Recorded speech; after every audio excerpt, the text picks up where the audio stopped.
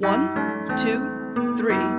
But where, my dear Timaeus, is the fourth of those who were yesterday my guests and are to be my entertainers today?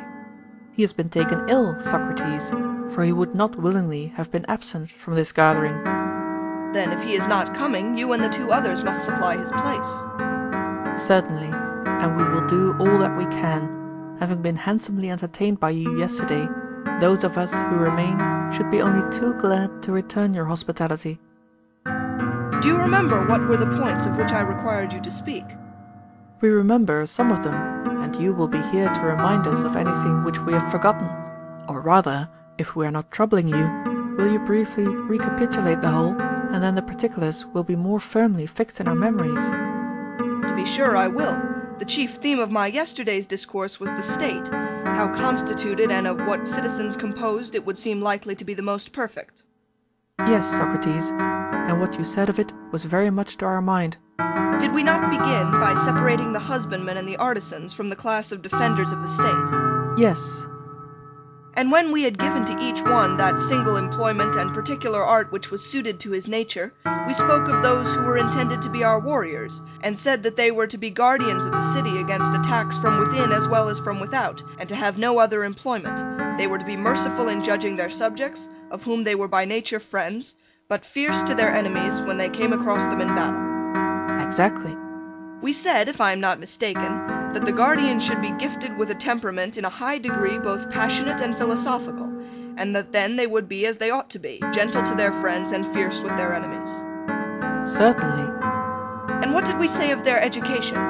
Were they not to be trained in gymnastic and music and all other sorts of knowledge which were proper for them? Very true. And being thus trained, they were not to consider gold or silver or anything else to be their own private property. They were to be like hired troops, receiving pay for keeping guard from those who were protected by them. The pay was to be no more than would suffice for men of simple life, and they were to spend in common, and to live together in the continual practice of virtue, which was to be their sole pursuit. That was also said. Neither did we forget the women, of whom we declared that their natures should be assimilated and brought into harmony with those of the men, and that common pursuit should be assigned to them both in time of war and in their ordinary life. That, again, was as you say. And what about the procreation of children? Or rather, was not the proposal too singular to be forgotten? For all wives and children were to be in common, to the intent that no one should ever know his own child, but they were to imagine that they were all one family. Those who were within a suitable limit of age were to be brothers and sisters, those who were of an elder generation, parents and grandparents, and those of a younger, children and grandchildren. Yes, and the proposal is easy to remember, as you say. And do you also remember how, with a view of securing as far as we could the best breed, we said that the chief magistrates, male and female, should contrive secretly, by the use of certain lots, so to arrange the nuptial meeting that the bad of either sex and the good of either sex might pair with their like, and there was to be no quarrelling on this account, for they would imagine that the union was a mere accident and was to be attributed to the lot. I remember. And you remember how we said that the children of the good parents were to be educated, and the children of the bad secretly dispersed among the inferior citizens, and while they were all growing up, the rulers were to be on the lookout and to bring up from below in their turn those who were worthy, and those among themselves who were unworthy were to take the places of those who came up. True. Then have I now given you all the heads of our yesterday's discussion? Or is there anything more, my dear Timaeus, which has been omitted? Nothing, Socrates. It was just as you've said.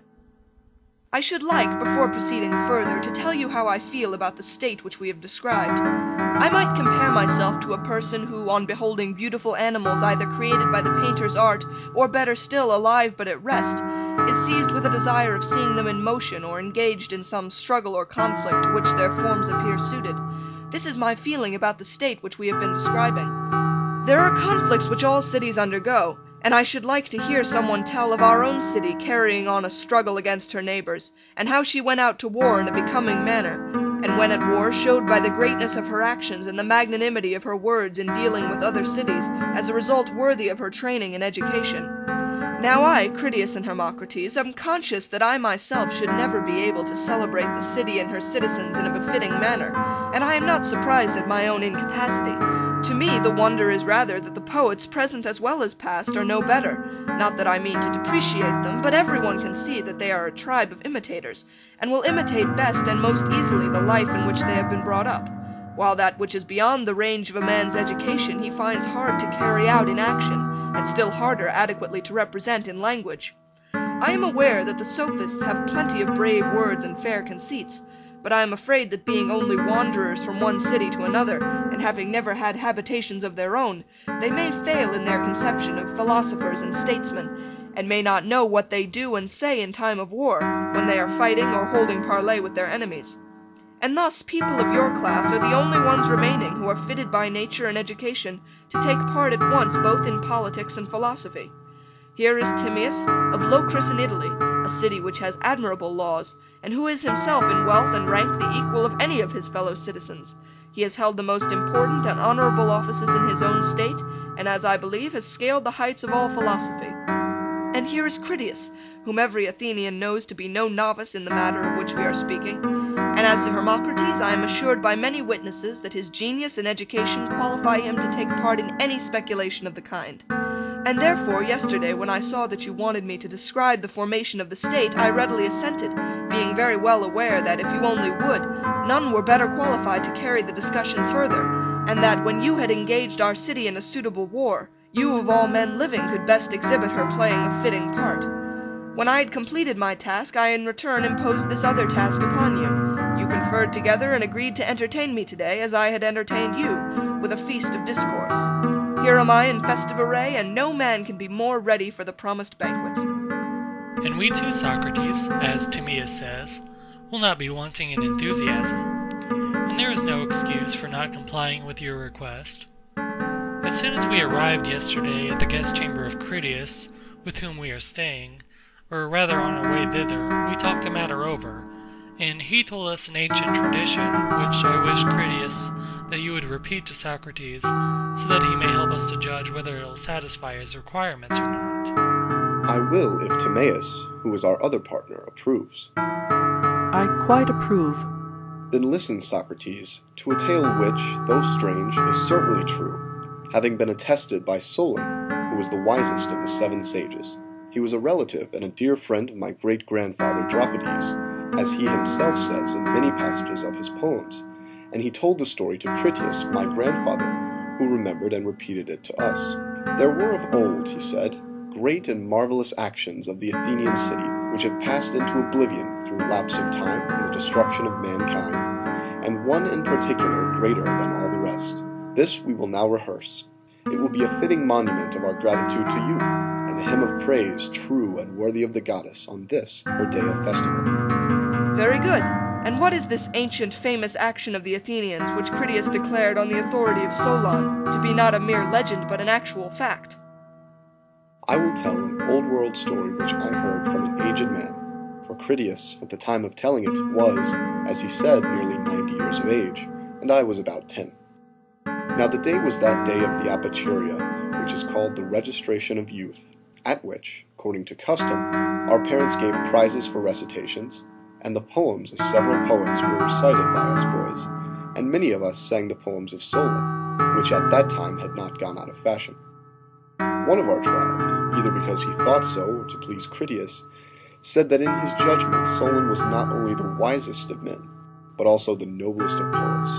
The old man, as I very well remember, brightened up at hearing this and said, smiling, "Yes, Amenander, if Solon had only, like other poets, made poetry the business of his life, and had completed the tale which he brought with him from Egypt, and had not been compelled, by reason of the factions and troubles which he found stirring in his own country when he came home, to attend to other matters, in my opinion he would have been as famous as Homer or Hesiod or any poet." "And what was the tale about, Critias?" said Amenander. "About the greatest action which the Athenians ever did, and which ought to have been the most famous, but, through the lapse of time and the destruction of the actors, it has not come down to us." "Tell us," said the other, "the whole story, and how and from whom Solon heard this veritable tradition."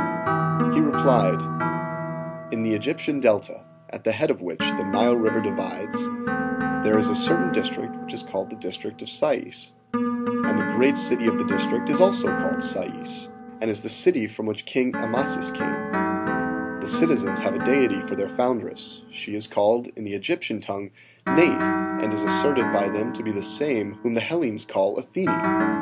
they are great lovers of the Athenians, and say that they are in some way related to them. To this city came Solon, and was received there with great honor. He asked the priests who were most skillful in such matters about antiquity, and made the discovery that neither he nor any other Hellene knew anything worth mentioning about the times of old.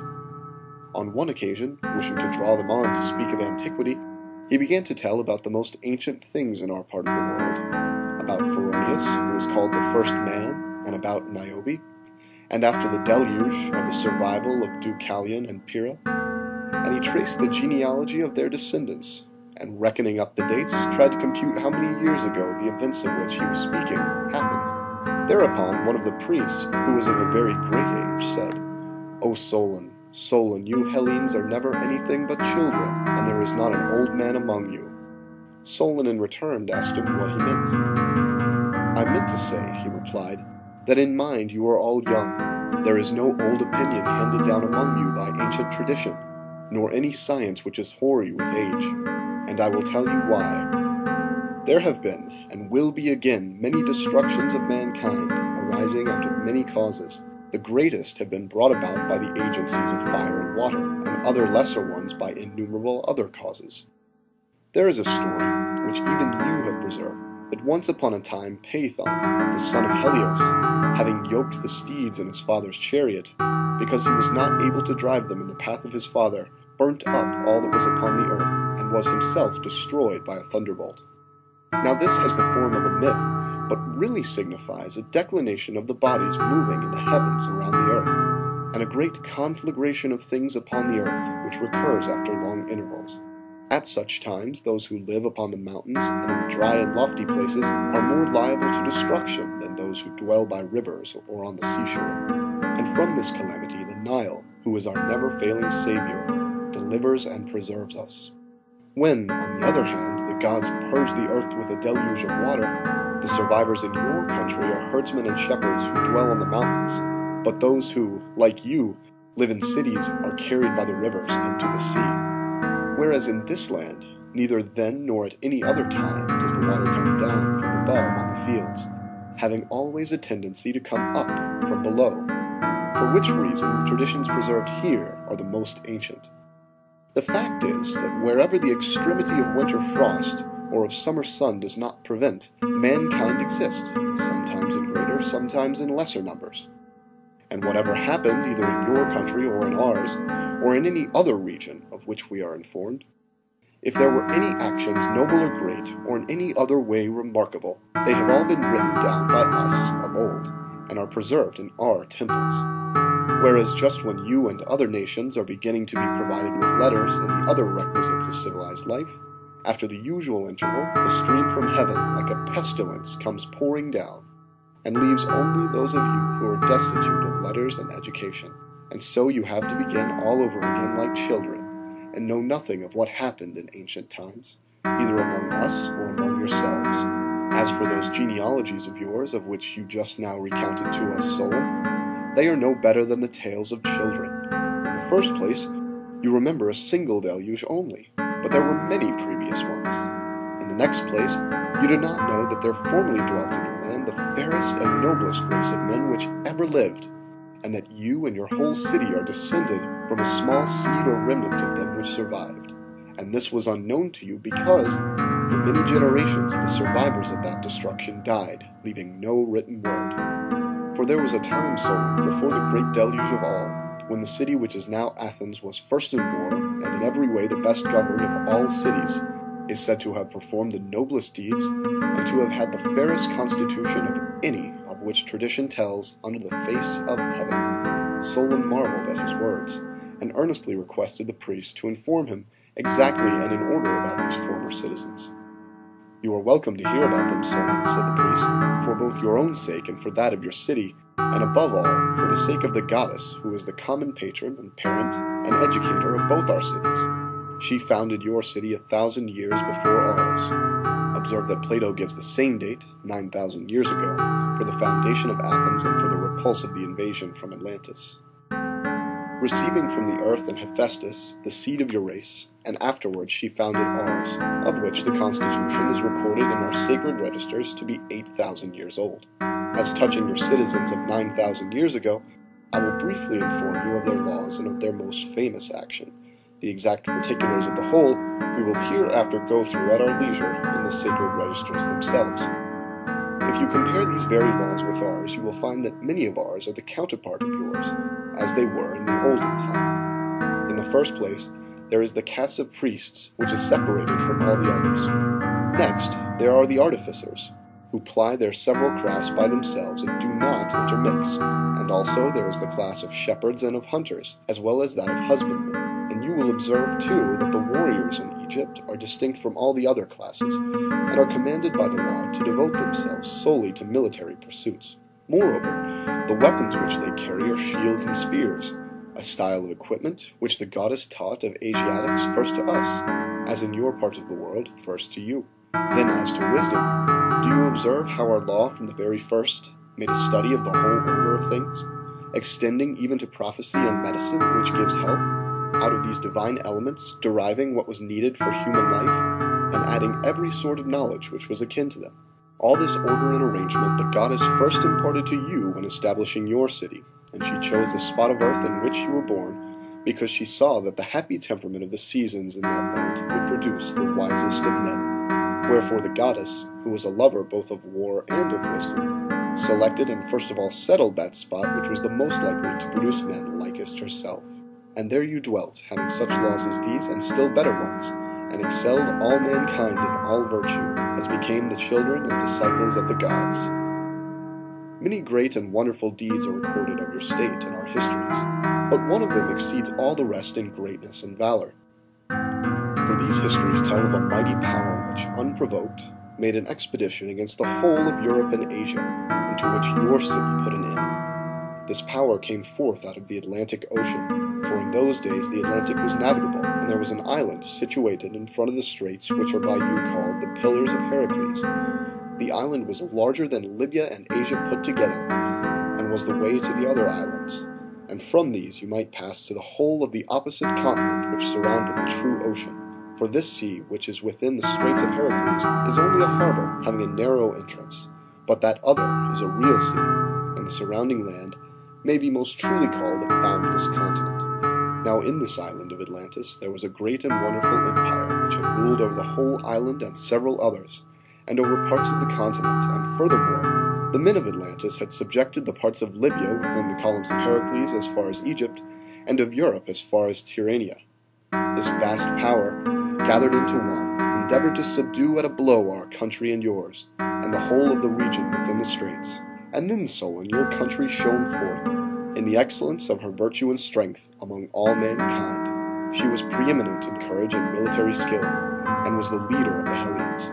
And when the rest fell off from her, being compelled to stand alone, after having undergone the very extremity of danger, she defeated and triumphed over the invaders, and preserved from slavery those who were not yet subjugated, and generously liberated all the rest of us who dwell within the pillars.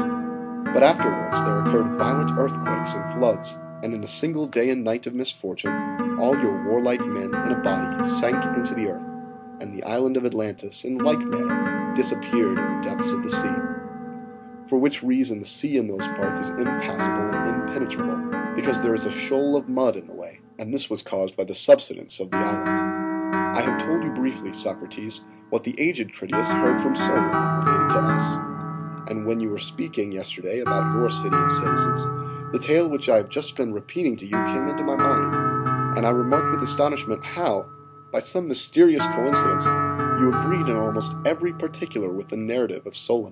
But I did not like to speak at the moment, for a long time had elapsed, and I had forgotten too much. I thought that I might first of all run over the narrative in my own mind, and then I would speak. And so I readily assented to your request yesterday, considering that in all such cases the chief difficulty is to find a tale suitable to our purpose, and that with such a tale we should be fairly well provided. And therefore, as Hermocrates has told you, on my way home yesterday I at once communicated the tale to my companions as I remembered it, and after I left them during the night, by thinking, I recovered nearly the whole of it. Truly, as is often said, the lessons of our childhood make a wonderful impression on our memories.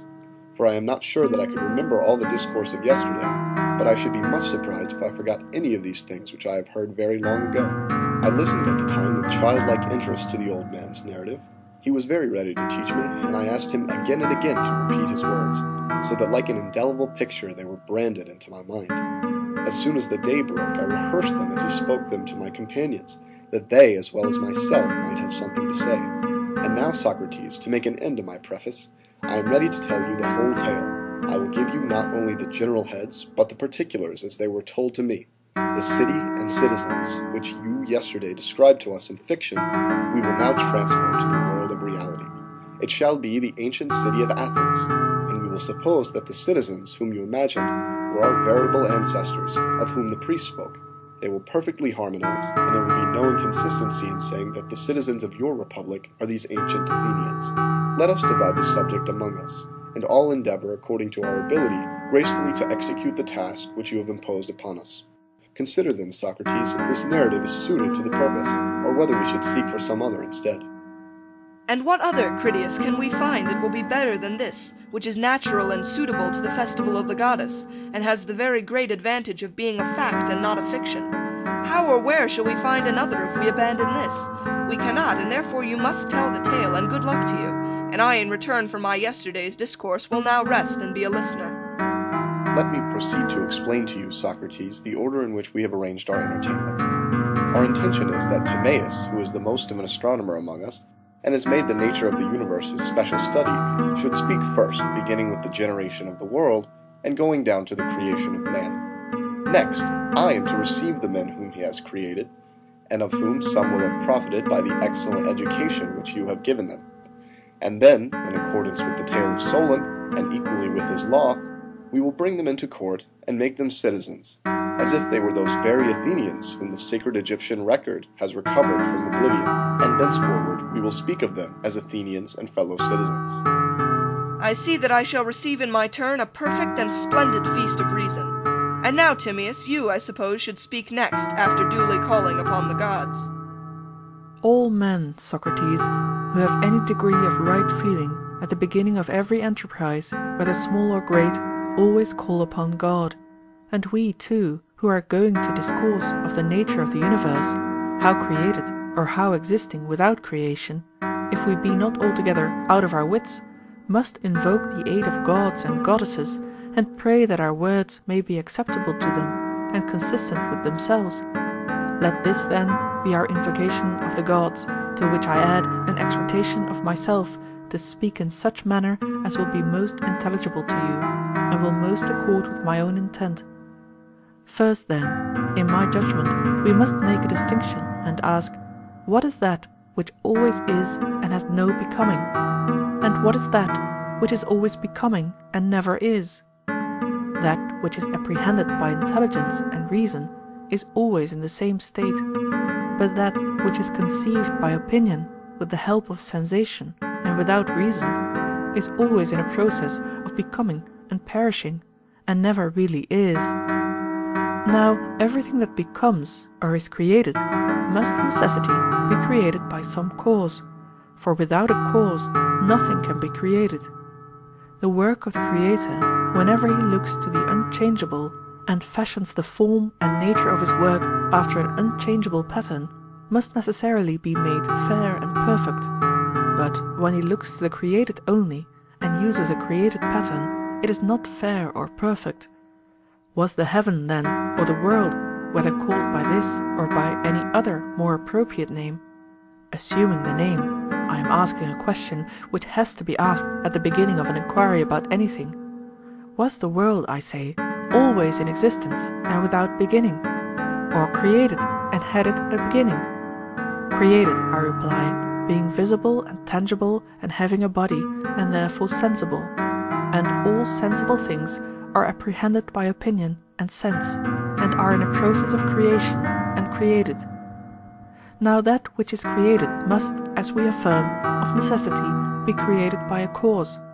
But the Father and Maker of all this universe is past finding out, and even if we found him, to tell of him to all men would be impossible.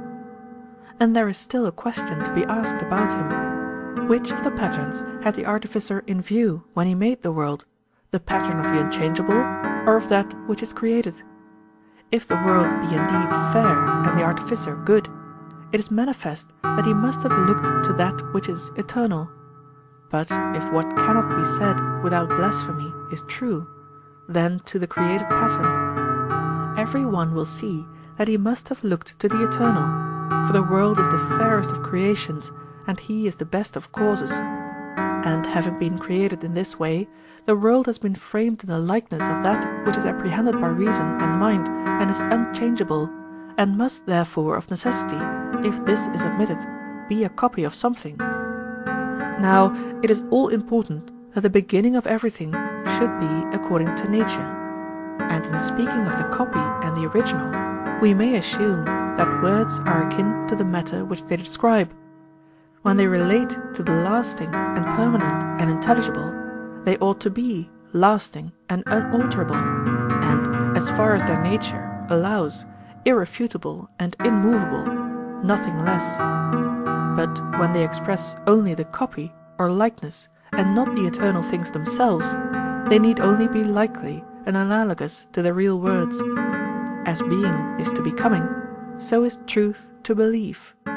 If then, Socrates, amid the many opinions about the gods and the generation of the universe, we are not able to give notions which are altogether and in every respect exact and consistent with one another, do not be surprised. Enough if we adduce probabilities as likely as any others, for we must remember that I who am the speaker, and you who are the judges, are only mortal men, and we ought to accept the tale which is probable, and inquire no further. Excellent, Timaeus, and we will do precisely as you bid us. The prelude is charming and is already accepted by us. May we beg of you to proceed to the strain?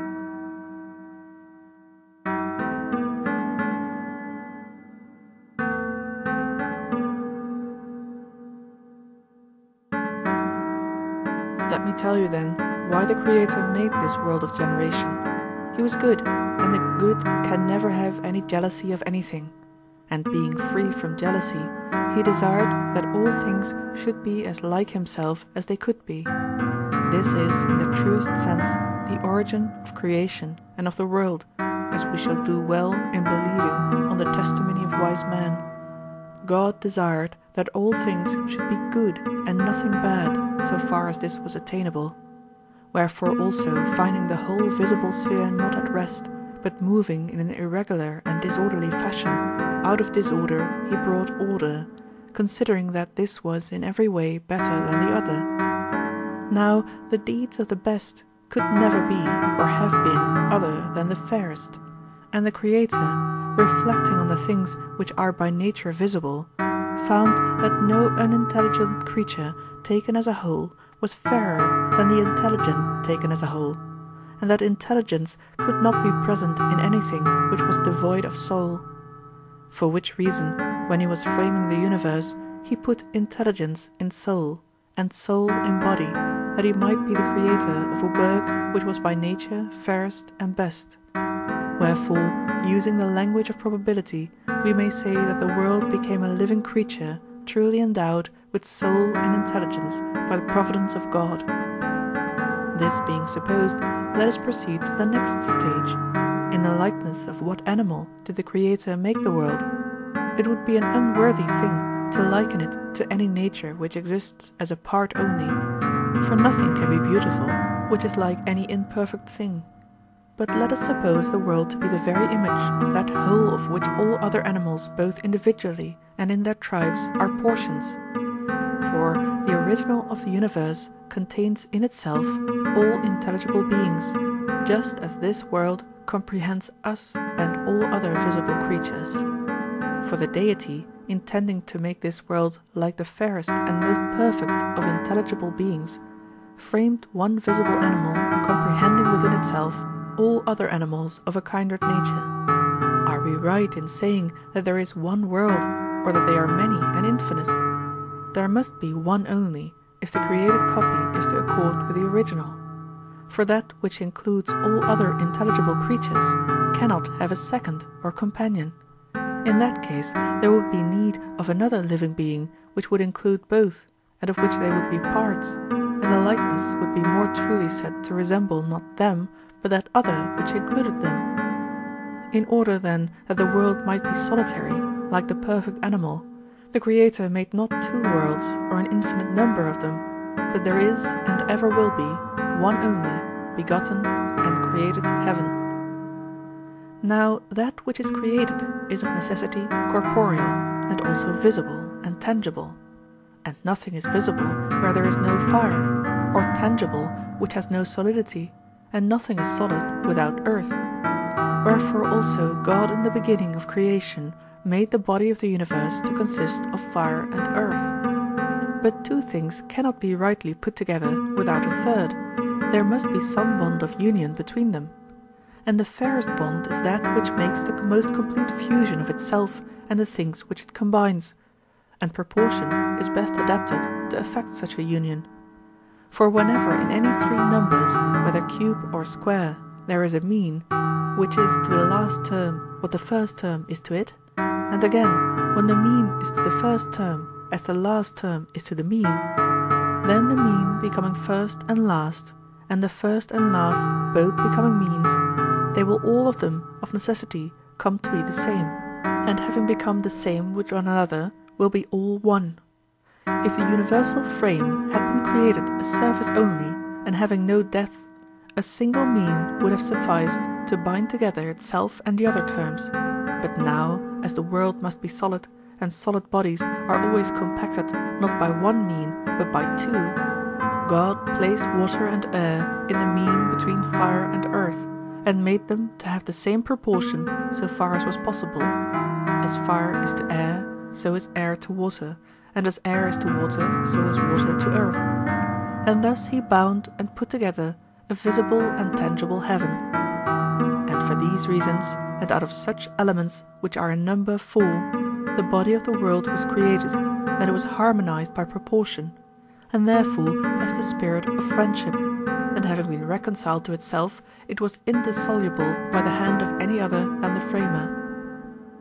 Now the creation took up the whole of each of the 4 elements, for the Creator compounded the world out of all the fire, and all the water, and all the air, and all the earth, leaving no part of any of them, nor any power of them outside. His intention was, in the first place, that the animal should be as far as possible a perfect whole and of perfect parts. Secondly, that it should be one, leaving no remnants out of which another such world might be created, and also that it should be free from old age and unaffected by disease. Considering that if heat and cold and other powerful forces which unite bodies surround and attack them from without when they are unprepared, they decompose them, and by bringing diseases and old age upon them, make them waste away. For this cause and on these grounds he made the world one whole, having every part entire, and being therefore perfect, and not liable to old age and disease.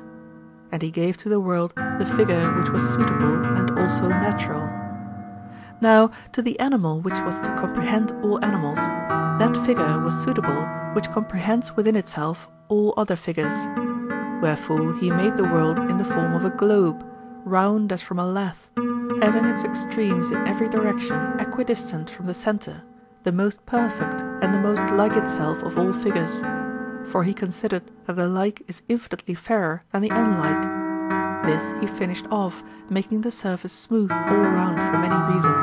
In the first place, because the living being had no need of eyes when there was nothing remaining outside him to be seen, nor of ears when there was nothing to be heard, and there was no surrounding atmosphere to be breathed, nor would there have been any use of organs by the help of which he might receive his food or get rid of what it already digested, since there was nothing which went from him or came into him, for there was nothing beside him. Of design he was created thus, his own waste providing his own food, and all that he did or suffered taking place in and by himself. For the Creator conceived that a being which was self-sufficient would be far more excellent than one which lacked anything, and as he had no need to take anything, or defend himself against anyone, the Creator did not think it necessary to bestow upon him hands, nor had he any need of feet, nor of the whole apparatus of walking, but the movement suited to his spherical form was assigned to him, being of all the 7 that which is most appropriate to mind and intelligence, and he was made to move in the same manner and on the same spot within his own limits, revolving in a circle. All the other 6 motions were taken away from him, and he was made not to partake of their deviations. And as this circular movement required no feet, the universe was created without legs and without feet. Such was the whole plan of the eternal God about the God that was to be, to whom for this reason he gave a body, smooth and even, having a surface in every direction equidistant from the centre, a body entire and perfect, and formed out of perfect bodies. And in the centre he put the soul, which he diffused throughout the body, making it also to be the exterior environment of it, and he made the universe a circle moving in a circle, one and solitary, yet by reason of its excellence able to converse with itself, and needing no other friendship or acquaintance. Having these purposes in view, he created the world a blessed God. Now God did not make the soul after the body, although we are speaking of them in this order, for having brought them together, he would never have allowed that the elder should be ruled by the younger. But this is a random manner of speaking which we have, because somehow we ourselves too are very much under the dominion of chance. Whereas he made the soul in origin and excellence prior to and older than the body, to be the ruler and mistress of whom the body was to be the subject, and he made her out of the following elements, and on this wise. Out of the indivisible and unchangeable, and also out of that which is divisible and has to do with material bodies, he compounded a third and intermediate kind of essence, partaking of the nature of the same and of the other, and this compound he placed accordingly in a mean between the indivisible and the divisible and material. He took the 3 elements of the same, the other, and the essence, and mingled them into one form, compressing by force the reluctant and unsociable nature of the other into the same. When he had mingled them with the essence, and out of 3 made one, he again divided this whole into as many portions as was fitting, each portion being a compound of the same, the other, and the essence. And he proceeded to divide after this manner. First of all, he took away one part of the whole, 1, and then he separated a second part which was double the first, 2, and then he took away a third part which was half as much again as the second, and 3 times as much as the first, 3, and then he took a fourth part which was twice as much as the second, 4, and a fifth part which was 3 times the third, 9, and a sixth part which was 8 times the first, 8, and a seventh part which was 27 times the first, 27. After this he filled up the double intervals, that is, between 1, 2, 4 and 8, and the triple, that is, between 1, 3, 9, 27, cutting off yet other portions from the mixture and placing them in the intervals, so that in each interval there were 2 kinds of means, the one exceeding and exceeded by equal parts of its extremes, as for example 1, 4/3, 2, in which the mean 4/3 is 1/3 of 1 more than 1, and 1/3 of 2 less than 2. The other being that kind of mean which exceeds and is exceeded by an equal number. Where there were intervals of 3/2 and of 4/3 and of 9/8 made by the connecting terms in the former intervals, he filled up all the intervals of 4/3 with the interval of 9/8, leaving a fraction over, and the interval which this fraction expressed was in a ratio of 256 to 243. And thus the whole mixture out of which he cut these portions was all exhausted by him. This entire compound he divided lengthways into 2 parts, which he joined to one another at the centre like the letter X, and bent them into a circular form, connecting them with themselves and each other at the point opposite to their original meeting point, and, comprehending them in a uniform revolution upon the same axis, he made the one the outer and the other the inner circle. Now the motion of the outer circle he called the motion of the same, and the motion of the inner circle the motion of the other or diverse. The motion of the same he carried round by the side, that is, of the rectangular figure supposed to be inscribed in the circle of the same, to the right, and the motion of the diverse diagonally, that is, across the rectangular figure from corner to the left, And he gave dominion to the motion of the same in like, for that he left single and undivided. But the inner motion he divided in 6 places, and made 7 unequal circles, having their intervals in ratios of 2 and 3, 3 of each, and bade the orbits proceed in a direction opposite to one another. And 3, Sun, Mercury, Venus, he made to move with equal swiftness, and the remaining 4, Moon, Saturn, Mars, Jupiter, to move with unequal swiftness to the 3 and to one another, but in due proportion. Now, when the Creator had framed the soul according to his will, he formed within her the corporeal universe, and brought the 2 together, and united them, centre to centre. The soul, interfused everywhere from the centre to the circumference of heaven, of which also she is the external envelopment, herself turning in herself, began a divine beginning of never ceasing, and rational life enduring throughout all time. The body of heaven is visible, but the soul is invisible, and partakes of reason and harmony, and being made by the best of intellectual and everlasting natures, is the best of things created. And because she is composed of the same and of the other, and of the essence, these 3, and is divided and united in due proportion, and in her revolutions returns upon herself, the soul, when touching anything which has essence, whether dispersed in parts or undivided, is stirred through all her powers to declare the sameness or difference of that thing and some other, and to what individuals are related, and by what affected, and in what way and how and when, both in the world of generation and in the world of immutable being. And when reason, which works with equal truth, whether she be in the circle of the diverse or of the same, in voiceless silence holding her onward course in the sphere of the self-moved, when reason, I say, is hovering around the sensible world, and when the circle of the diverse, also moving, truly imparts the intimations of sense to the whole soul, then arise opinions and beliefs sure and certain. But when reason is concerned with the rational, and the circle of the same moving smoothly declares it, then intelligence and knowledge are necessarily perfected. And if anyone affirms that in which these 2 are found to be other than the soul, he will say the very opposite of the truth. When the Father and Creator saw the creature which he had made moving and living, the created image of the eternal gods, he rejoiced, and in his joy determined to make the copy still more like the original. And as this was eternal, he sought to make the universe eternal, so far as might be. Now the nature of the ideal being was everlasting, but to bestow this attribute in its fullness upon a creature was impossible. Wherefore he resolved to have a moving image of eternity, and when he set in order the heaven, he made this image eternal, but moving according to number, while eternity itself rests in unity, and this image we call time. For there were no days and nights and months and years before the heaven was created, but when he constructed the heaven, he created them also. They are all parts of time, and the past and future are created species of time, which we unconsciously but wrongly transfer to the eternal essence.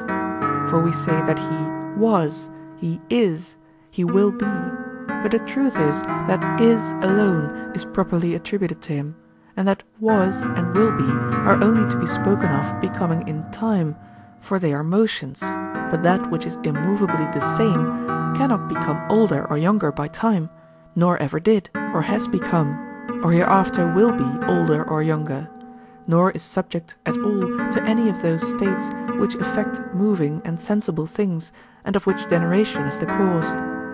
These are the forms of time, which imitates eternity, and revolves according to a law of number. Moreover, when we say that what has become, and what becomes is becoming, and that what will become is about to become, and that the non-existent is non-existent, all these are inaccurate modes of expression. Compare Parmen. But perhaps this whole subject will be more suitably discussed on some other occasion. Time then and the heaven came into being at the same instant, in order that, having been created together, if ever there was to be a dissolution of them, they might be dissolved together. It was framed after the pattern of the eternal nature, that it might resemble this as far as was possible. For the pattern exists from eternity, and the created heaven has been, and is, and will be, in all time. Such was the mind and thought of God in the creation of time. The sun and moon and 5 other stars, which are called the planets, were created by him in order to distinguish and preserve the numbers of time. And when he had made their several bodies, he placed them in the orbits in which the circle of the other was revolving, in 7 orbits, 7 stars. First there was the moon in the orbit nearest the earth, and next the sun in the 2nd orbit above the earth. Then came the morning star and the stars sacred to Hermes, moving in orbits which have an equal swiftness with the sun, but in an opposite direction. And this is the reason why the sun and Hermes and Lucifer overtake and are overtaken by each other. To enumerate the places which he assigned to the other stars, and to give all the reasons why he assigned them, although a secondary matter, would give more trouble than the primary. These things at some future time, when we are at leisure, may have the consideration which they deserve, but not at present. Now, when all the stars which were necessary to the creation of time had attained a motion suitable to them, and had become living creatures, having bodies fastened by vital chains, and learned their appointed task, moving in the motion of the diverse, which is diagonal, and passes through, and is governed by the motion of the same, they revolved, some in a larger and some in a lesser orbit, those which had a lesser orbit revolving faster, and those which had a larger more slowly. Now, by reason of the motion of the same, those which revolved fastest appeared to be overtaken by those which moved slower, although they really overtook them, for the motion of the same made them all turn in a spiral. And because some went one way and some another, that which receded most slowly from the sphere of the same, which was the swiftest, appeared to follow it most nearly. That there might be some visible measure of their relative swiftness and slowness as they proceeded in their 8 courses, God lighted a fire, which we now call the sun, in the second from the earth of these orbits, that it might give light to the whole of heaven, and that the animals, as many as nature intended, might participate in number, learning arithmetic from the revolution of the same and the like. Thus then, and for this reason, the night and the day were created, being the period of the one most intelligent revolution. And the month is accomplished when the moon has completed her orbit and overtaken the sun, and the year when the sun has completed his own orbit. Mankind, with hardly an exception, have not remarked the periods of the other stars, and they have no name for them, and do not measure them against one another by the help of number, and hence they can scarcely be said to know that their wanderings, being infinite in number and admirable for their variety, make up time. And yet there is no difficulty in seeing that the perfect number of time fulfills the perfect year when all the 8 revolutions, having their relative degrees of swiftness, are accomplished together and attain their completion at the same time, measured by the rotation of the same and equally moving. After this manner, and for these reasons, came into being such of the stars as in their heavenly progress received reversals of motion, to the end that the created heaven might imitate the eternal nature, and be as like as possible to the perfect and intelligible animal. Thus far, and until the birth of time, the created universe was made in the likeness of the original, but inasmuch as all animals were not yet comprehended therein, it was still unlike. What remained, the Creator then proceeded to fashion after the nature of the pattern. Now, as in the ideal animal, the mind perceives ideas or species of a certain nature and number, he thought that this created animal ought to have species of a like nature and number. There are 4 such. One of them is the heavenly race of the gods, another the race of birds, whose way is in the air, the third the watery species, and the fourth the pedestrian and land creatures. Of the heavenly and divine he created the greater part out of fire, that they might be the brightest of all things and fairest to behold, and he fashioned them after the likeness of the universe in the figure of a circle, and made them follow the intelligent motion of the Supreme, distributing them over the whole circumference of heaven, which was to be a true cosmos, or glorious world spangled with them all over. And he gave to each of them 2 movements. The first, a movement on the same spot after the same manner, whereby they ever continue to think consistently the same thoughts about the same things; the second, a forward movement, in which they are controlled by the revolution of the same, and the like, but by the other 5 motions they were unaffected, in order that each of them might attain the highest perfection, and for this reason the fixed stars were created, to be divine and eternal animals, ever abiding and revolving after the same manner and on the same spot; and the other stars, which reverse their motion and are subject to deviations of this kind, were created in the manner already described. The earth, which is our nurse, clinging, or circling, around the pole which is extended through the universe, he framed to be the guardian and artificer of night and day, first and eldest of gods that are in the interior of heaven. Vain would be the attempt to tell all the figures of them circling as in dance, and their juxtapositions, and the return of them in their revolutions upon themselves, and their approximations, and to say which of these deities in their conjunctions meet, and which of them are in opposition, and in what order they get behind and before one another, and when they are severally eclipsed to our sight and again reappear, sending terrors and intimations of the future to those who cannot calculate their movements. To attempt to tell of all this without a visible representation of the heavenly system would be labor in vain. Enough on this head. And now let what we have said about the nature of the created and visible gods have an end.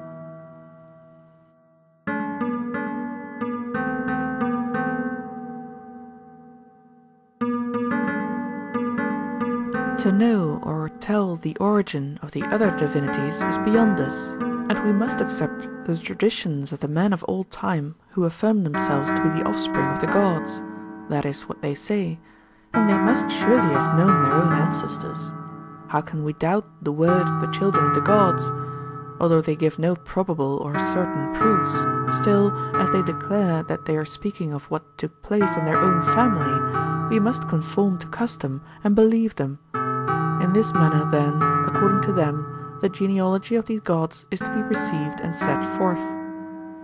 Oceanus and Tethys were the children of earth and heaven, and from these sprang Phorcys and Cronos and Rhea, and all that generation. And from Cronos and Rhea sprang Zeus and Here, and all those who are said to be their brethren, and others who were the children of these. Now, when all of them, both those who visibly appear in their revolutions as well as those other gods who are of a more retiring nature, had come into being, the Creator of the universe addressed them in these words: Gods, children of gods, who are my works, and of who I am the artificer and father, my creations are indissoluble, if so I will. All that is bound may be undone, but only an evil being would wish to undo that which is harmonious and happy. Wherefore, since ye are but creatures, ye are not altogether immortal and indissoluble, but ye shall certainly not be dissolved, nor be liable to the fate of death, having in my will a greater and mightier bond than those with which ye were bound at the time of your birth. And now listen to my instructions. 3 tribes of mortal beings remain to be created. Without them the universe will be incomplete, for it will not contain every kind of animal which it ought to contain if it is to be perfect. On the other hand, if they were created by me and received life at my hands, they would be on an equality with the gods. In order, then, that they may be mortal, and that this universe may be truly universal, do ye, according to your natures, betake yourselves to the formation of animals, imitating the power which was shown by me in creating you. The part of them worthy of the name immortal, which is called divine, and is the guiding principle of those who are willing to follow justice and you, of that divine part I will myself sow the seed, and having made a beginning, I will hand the work over to you. And do ye then interweave the mortal with the immortal, and make and beget living creatures, and give them food, and make them to grow, and receive them again in death. Thus he spake, and once more into the cup in which he had previously mingled the soul of the universe, he poured the remains of the elements, and mingled them in much the same manner. They were not, however, pure as before, but diluted to the 2nd and 3rd degree. And having made it, he divided the whole mixture into souls equal in number to the stars, and assigned each soul to a star. And having there placed them as in a chariot, he showed them the nature of the universe, and declared to them the laws of destiny, according to which their first birth would be one and the same for all. No one should suffer a disadvantage at his hands. They were to be sown in the instruments of time severally adapted to them, and to come forth the most religious of animals. And as human nature was of two kinds, the superior race would hereafter be called man. Now, when they should be implanted in bodies by necessity, and be always gaining or losing some part of their bodily substance, then in the first place it would be necessary that they should all have in them one and the same faculty of sensation, arising out of irresistible impressions.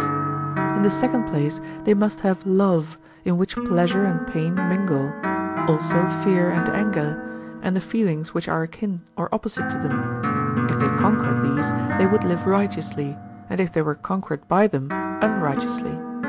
He who lived well during his appointed time was to return and dwell in his native star, and there he would have a blessed and congenial existence.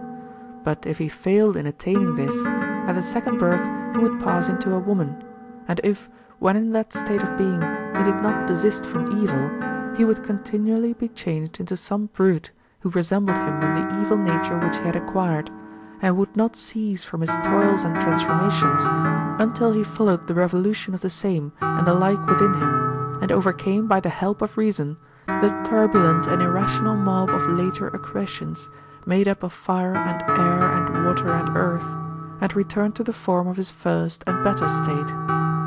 Having given all these laws to his creatures, that he might be guiltless of future evil in any of them, the Creator sowed some of them in the earth, and some in the moon, and some in the other instruments of time. And when he had sown them, he committed to the younger gods the fashioning of their mortal bodies, and desired them to furnish what was still lacking to the human soul, and having made all the suitable additions, to rule over them, and to pilot the mortal animal in the best and wisest manner which they could, and avert from him all but self-inflicted evils. When the Creator had made all these ordinances, he remained in his own accustomed nature, and his children heard and were obedient to their father's word, and receiving from him the immortal principle of a mortal creature, in imitation of their own Creator they borrowed portions of fire and earth and water and air from the world, which were hereafter to be restored. These they took and welded them together, not with the indissoluble chains by which they were themselves bound, but with little pegs too small to be visible, making up out of all the four elements each separate body, and fastening the courses of the immortal soul in a body which was in a state of perpetual influx and efflux.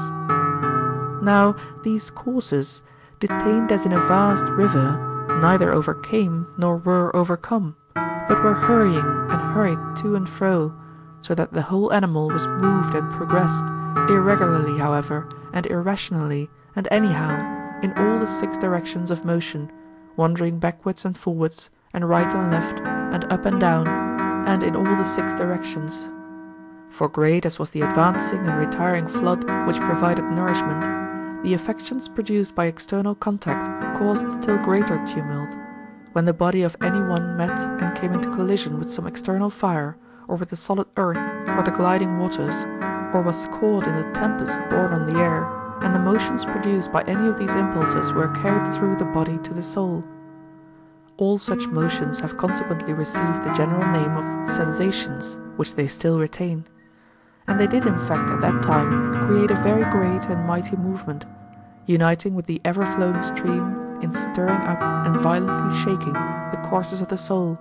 They completely stopped the revolution of the same by their opposing current, and hindered it from predominating and advancing. And they so disturbed the nature of the other or diverse, that the three double intervals, that is, between 1, 2, 4, 8, and the three triple intervals, that is, between 1, 3, 9, 27, together with the mean terms and connecting links which are expressed by the ratios of 3 to 2, and 4 to 3, and of 9 to 8, these, although they cannot be wholly undone except by him who united them, were twisted by them in all sorts of ways, and the circles were broken and disordered in every possible manner, so that when they moved they were tumbling to pieces, and moved irrationally, at one time in a reverse direction, and then again obliquely, and then upside down, as you might imagine a person who is upside down and has his head leaning upon the ground and his feet up against something in the air. And when he is in such a position, both he and the spectator fancy that the right of either is his left, and the left right. If, when powerfully experiencing these and similar effects, the revolutions of the soul come in contact with some external thing, either of the class of the same or of the other, they speak of the same or of the other in a manner the very opposite of the truth, and they become false and foolish, and there is no cause or revolution in them which has a guiding or directing power. And if again any sensations enter in violently from without and drag after them the whole vessel of the soul, then the courses of the soul, though they seem to conquer, are really conquered. And by reason of all these affections, the soul, when encased in a mortal body, now as in the beginning, is at first without intelligence. But when the flood of growth and nutriment abates, and the courses of the soul, calming down, go their own way and become steadier as time goes on, then the several circles return to their natural form, and the revolutions are corrected, and they call the same and the other by their right names, and make the possessor of them to become a rational being. And if these combine in him with any true nurture or education, he attains the fullness and health of the perfect man, and escapes the worst disease of all. But if he neglects education, he walks lame to the end of his life, and returns imperfect and good for nothing to the world below. This, however, is a later stage. At present we must treat more exactly the subject before us, which involves a preliminary inquiry into the generation of the body and its members, and as to how the soul was created, for what reason and by what providence of the gods, and holding fast to probability we must pursue our way. First then, the gods, imitating the spherical shape of the universe, enclosed the two divine courses in a spherical body, that namely which we now term the head, being the most divine part of us, and the lord of all that is in us. To this the gods, when they put together the body, gave all the other members to be servants, considering that it partook of every sort of motion. In order then that it might not tumble about among the high and deep places of the earth, but might be able to get over the one and out of the other, they provided the body to be its vehicle and means of locomotion, which consequently had length and was furnished with 4 limbs extended and flexible. These God contrived to be instruments of locomotion with which it might take hold and find support, and so be able to pass through all places, carrying on high the dwelling place of the most sacred and divine part of us. Such was the origin of legs and hands, which for this reason were attached to every man, and the gods, deeming the front part of man to be more honourable and more fit to command than the hinder part, made us to move mostly in a forward direction. Wherefore man must needs have his front part unlike and distinguished from the rest of his body. And so in the vessel of the head they first of all put a face, in which they inserted organs to minister in all things to the providence of the soul, and they appointed this part, which has authority, to be by nature the part which is in front. And of the organs they first contrived the eyes to give light, and the principle according to which they were inserted was as follows. So much of fire as would not burn but gave a gentle light, they formed into a substance akin to the light of everyday life, and the pure fire which is within us and related thereto they made to flow through the eyes in a stream smooth and dense, compressing the whole eye, and especially the centre part, so that it kept out everything of a coarser nature, and allowed to pass only this pure element. When the light of day surrounds the stream of vision, then like falls upon like, and they coalesce, and one body is formed by natural affinity in the line of vision, wherever the light that falls from within meets with an external object. And the whole stream of vision, being similarly affected in virtue of similarity, diffuses the motions of what it touches or what touches it over the whole body until they reach the soul, causing that perception which we call sight. But when night comes on and the external and kindred fire departs, then the stream of vision is cut off, for going forth to an unlike element it is changed and extinguished, being no longer of one nature with the surrounding atmosphere, which is now deprived of fire, and so the eye no longer sees, and we feel disposed to sleep. For when the eyelids, which the gods invented for the preservation of sight, are closed, they keep in the internal fire, and the power of the fire diffuses and equalizes the inward motions. When they are equalized, there is rest, and when the rest is profound, sleep comes over us, scarce disturbed by dreams. But where the greater motions still remain, of whatever nature and in whatever locality, they engender corresponding visions in dreams, which are remembered by us when we are awake and in the external world. And now there is no longer any difficulty in understanding the creation of images in mirrors and all smooth and bright surfaces. For from the communion of the internal and external fires, and again from the union of them and their numerous transformations when they meet in the mirror, all these appearances of necessity arise, when the fire from the face coalesces with the fire from the eye on the bright and smooth surface. And right appears left and left right, because the visual rays come into contact with the rays emitted by the object in a manner contrary to the usual mode of meeting. But the right appears right, and the left left, when the position of one of the two concurring lights is reversed, and this happens when the mirror is concave and its smooth surface repels the right stream of vision to the left side and the left to the right. Or if the mirror be turned vertically, then the concavity makes the countenance appear to be all upside down, and the lower rays are driven upwards and the upper downwards. All these are to be reckoned among the second and cooperative causes which God, carrying into execution the idea of the best as far as possible, uses as his ministers. They are thought by most men not to be the second, but the prime causes of all things, because they freeze and heat, and contract and dilate, and the like. But they are not so, for they are incapable of reason or intellect. The only being which can properly have mind is the invisible soul, whereas fire and water, and earth and air are all of them visible bodies. The lover of intellect and knowledge ought to explore causes of intelligent nature first of all, and secondly, of those things which, being moved by others, are compelled to move others. And this is what we too must do. Both kinds of causes should be acknowledged by us, but a distinction should be made between those which are endowed with mind, and are the workers of things fair and good, and those which are deprived of intelligence, and always produce chance effects without order or design. Of the second or cooperative causes of sight, which help to give to the eyes the power which they now possess, enough has been said. I will therefore now proceed to speak of the higher use and purpose for which God has given them to us. The sight, in my opinion, is the source of the greatest benefit to us, for had we never seen the stars and the sun and the heaven, none of the words which we have spoken about the universe would ever have been uttered. But now the sight of day and night, and the months and the revolutions of the years, have created number, and have given us a conception of time, and the power of inquiring about the nature of the universe, and from this source we have derived philosophy, than which no greater good ever was or will be given by the gods to mortal man. This is the greatest boon of sight, and of the lesser benefits why should I speak? Even the ordinary man, if he were deprived of them, would bewail his loss, but in vain.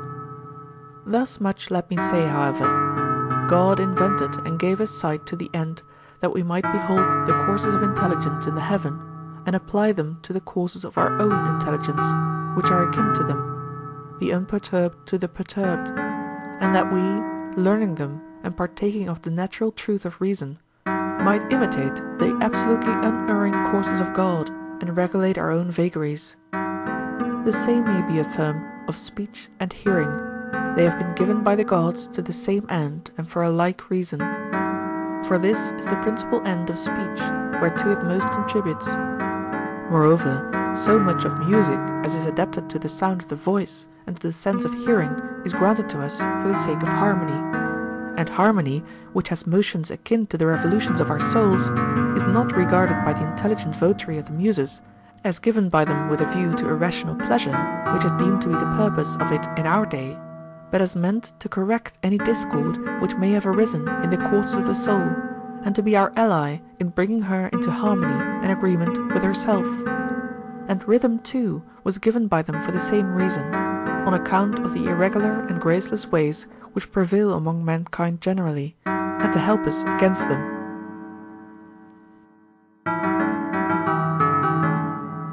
Thus far in what we have been saying, with small exception, the works of intelligence have been set forth, and now we must place by the side of them, in our discourse, the things which come into being through necessity, for the creation is mixed, being made up of necessity and mind. Mind, the ruling power, persuaded necessity to bring the greater part of created things to perfection, and thus and after this manner in the beginning, when the influence of reason got the better of necessity, the universe was created. But if a person will truly tell of the way in which the work was accomplished, he must include the other influence of the variable cause as well. Wherefore we must return again and find another suitable beginning, as about the former matters, so also about these. To which end we must consider the nature of fire and water and air and earth, such as they were prior to the creation of the heaven, and what was happening to them in this previous state. For no one has as yet explained the manner of their generation, but we speak of fire and the rest of them, whatever they mean, as though men knew their natures, and we maintain them to be the first principles and letters or elements of the whole, when they cannot reasonably be compared by a man of any sense even to syllables or first compounds. And let me say thus much, I will not now speak of the first principle or principles of all things, or by whatever name they are to be called, for this reason, because it is difficult to set forth my opinion according to the method of discussion which we are at present employing. Do not imagine, any more than I can bring myself to imagine, that I should be right in undertaking so great and difficult a task.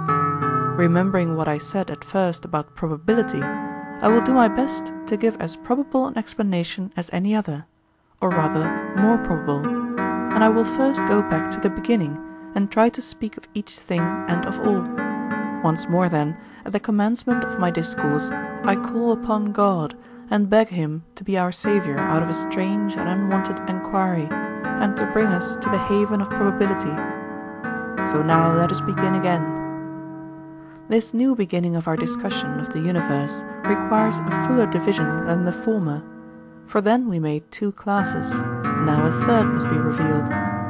The two sufficed for the former discussion, one which we assumed was a pattern intelligible and always the same, and the second was only the imitation of the pattern, generated and visible.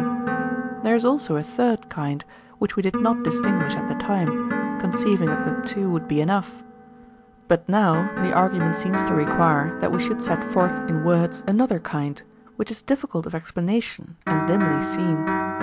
What nature are we to attribute to this new kind of being?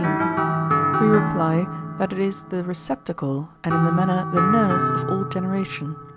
I have spoken the truth, but I must express myself in clearer language, and this will be an arduous task for many reasons, and in particular because I must first raise questions concerning fire and the other elements, and determine what each of them is. For to say with any probability or certitude which of them should be called water rather than fire, and which should be called any of them rather than all or some one of them, is a difficult matter. How then shall we settle this point, and what questions about the elements may be fairly raised? In the first place, we see that what we just now called water, by condensation I suppose, becomes stone and earth, and this same element, when melted and dispersed, passes into vapour and air.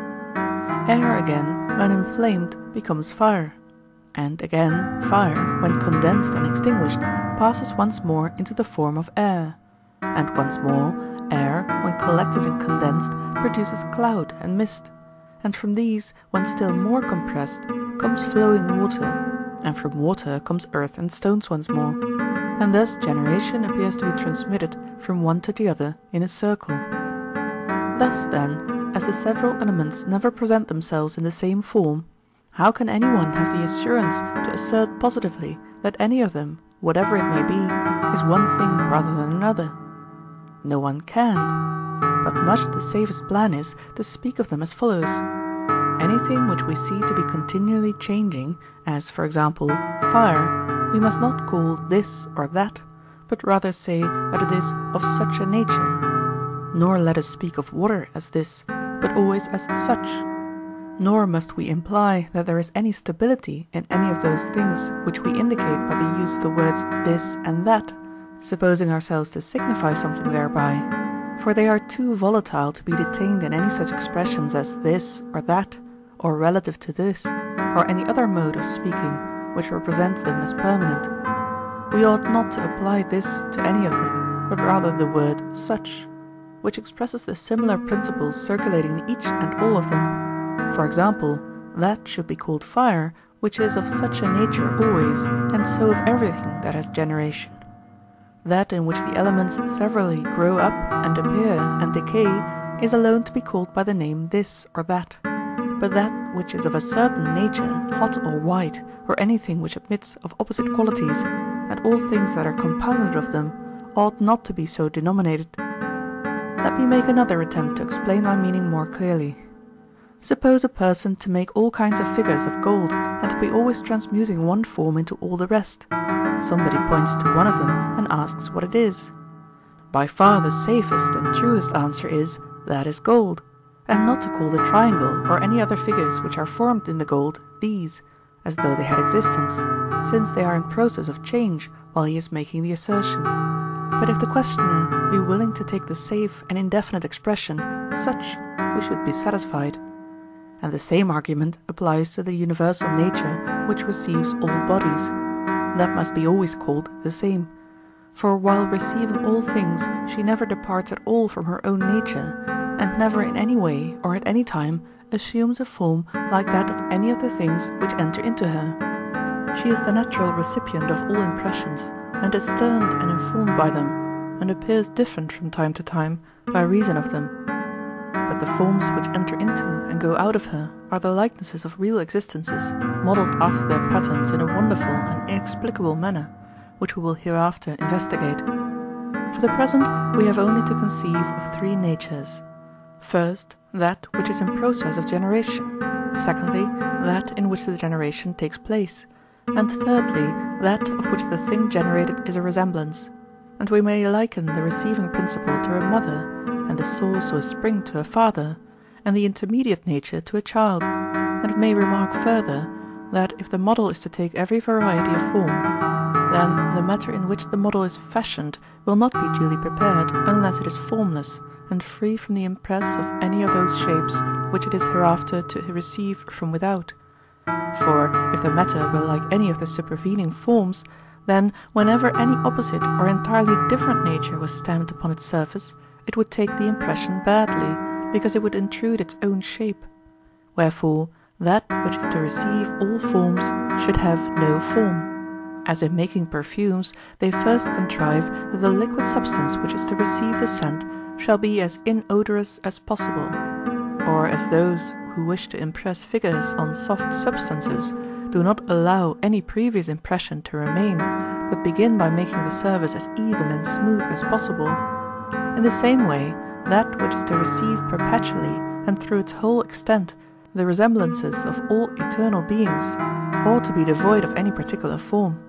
Wherefore the mother and receptacle of all created and visible and in any way sensible things is not to be termed earth or air or fire or water or any of their compounds or any of the elements from which these are derived, but is an invisible and formless being which receives all things, and in some mysterious way partakes of the intelligible and is most incomprehensible. In saying this we shall not be far wrong.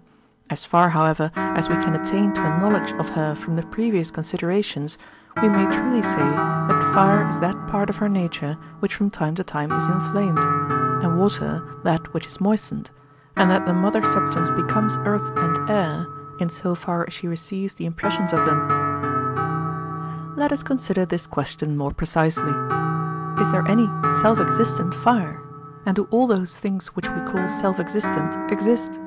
Or are only those things which we see, or in some way perceive through the bodily organs, truly existent, and nothing whatever besides them? And is all that which we call an intelligible essence nothing at all, and only a name? Here is a question which we must not leave unexamined or undetermined, nor must we affirm too confidently that there can be no decision. Neither must we interpolate in our present long discourse a digression equally long. But if it is possible to set forth a great principle in a few words, that is just what we want. Thus I state my view. If mind and true opinion are two distinct classes, Then I say that there certainly are these self-existent ideas unperceived by sense, and apprehended only by the mind. If, however, as some say, true opinion differs in no respect from mind, then everything that we perceive through the body is to be regarded as most real and certain. But we must affirm them to be distinct, for they have a distinct origin and are of a different nature. The one is implanted in us by instruction, the other by persuasion. The one is always accompanied by true reason, the other is without reason. The one cannot be overcome by persuasion, but the other can. And lastly, every man may be said to share in true opinion, but mind is the attribute of the gods and of very few men. Wherefore also we must acknowledge that there is one kind of being which is always the same, uncreated and indestructible, never receiving anything into itself from without, nor itself going out to any other, but invisible and imperceptible by any sense, and of which the contemplation is granted to intelligence only. And there is another nature of the same name with it, and like to it, perceived by sense, created, always in motion, becoming in place and again vanishing out of place, which is apprehended by opinion and sense. And there is a third nature, which is space and is eternal, and admits not of destruction, and provides a home for all created things, and is apprehended without the help of sense, by a kind of spurious reason, and is hardly real, which we, beholding as in a dream, say of all existence that it must of necessity be in some place and occupy a space, but that what is neither in heaven nor in earth has no existence.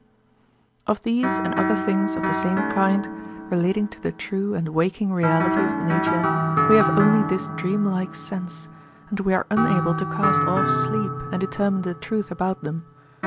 For an image, since the reality after which it is modelled does not belong to it, and it exists ever as the fleeting shadow of some other, must be inferred to be in another, that is, in space, grasping existence in some way or other, or it could not be at all. But true and exact reason, vindicating the nature of true being, maintains that while two things, that is, the image and space, are different, they cannot exist one of them in the other, and so be one and also two at the same time. Thus have I concisely given the result of my thoughts, and my verdict is that being and space and generation, these three, existed in their three ways before the heaven, and that the nerves of generation, moistened by water and inflamed by fire, and receiving the forms of earth and air, and experiencing all the affections which accompany these, presented a strange variety of appearances, and being full of powers which were neither similar nor equally balanced, was never in any part in a state of equipoise, but swaying unevenly hither and thither, was shaken by them, and by its motion again shook them, and the elements, when moved, were separated and carried continually, some one way, some another, as, when grain is shaken and winnowed by fans and other instruments used in the threshing of corn, the close and heavy particles are borne away and settle in one direction, and the loose and light particles in another. In this manner, the four kinds or elements were then shaken by the receiving vessel, which, moving like a winnowing machine, scattered far away from one another the elements most unlike, and forced the most similar elements into close contact. Wherefore also the various elements had different places before they were arranged so as to form the universe. At first they were all without reason and measure, but when the world began to get into order, fire and water and earth and air had only certain faint traces of themselves, and were altogether such as everything might be expected to be in the absence of God. This, I say, was their nature at that time, and God fashioned them by form and number. Let it be consistently maintained by us in all that we say, that God made them as far as possible the fairest and best, out of things which were not fair and good. And now I will endeavour to show you the disposition and generation of them by an unaccustomed argument which I am compelled to use, but I believe that you will be able to follow me, for your education has made you familiar with the methods of science.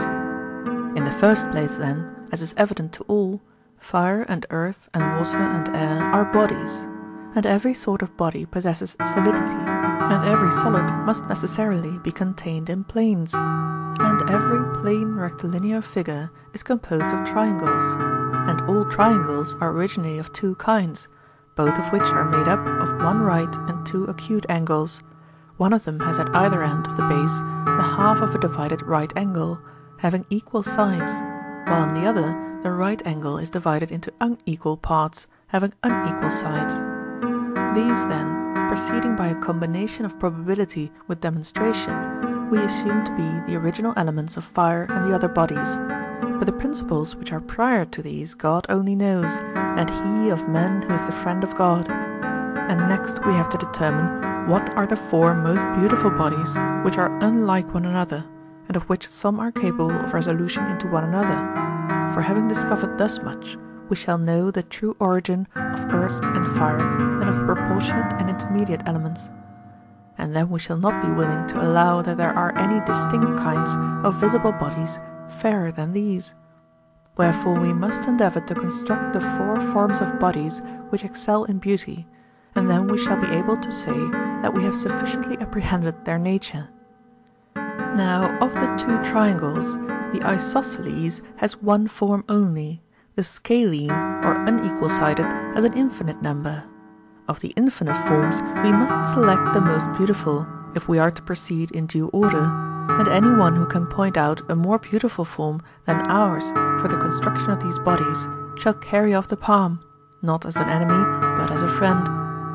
Now the one which we maintain to be the most beautiful of all the many triangles, and we need not speak of the others, is that of which the double forms a third triangle, which is equilateral. The reason of this would be long to tell. He who disproves what we are saying, and shows that we are mistaken, may claim a friendly victory. Then let us choose two triangles, out of which fire and the other elements have been constructed, one isosceles, the other having the square of the longer side equal to 3 times the square of the lesser side. Now is the time to explain what was before obscurely said. There was an error in imagining that all the 4 elements might be generated by and into one another.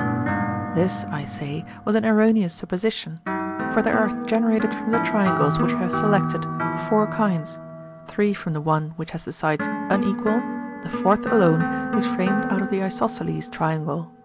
Hence they cannot all be resolved into one another, a great number of small bodies being combined into a few large ones, or the converse. But 3 of them can be thus resolved and compounded, for they all spring from one, and when the greater bodies are broken up, many small bodies will spring up out of them and take their own proper figures. Or, again, when many small bodies are dissolved into their triangles, if they become one, they will form one large mass of another kind. So much for their passage into one another. I have now to speak of their several kinds, and show out of what combinations of numbers each of them was formed. The first will be the simplest and smallest construction, and its element is that triangle which has its hypotenuse twice the lesser side.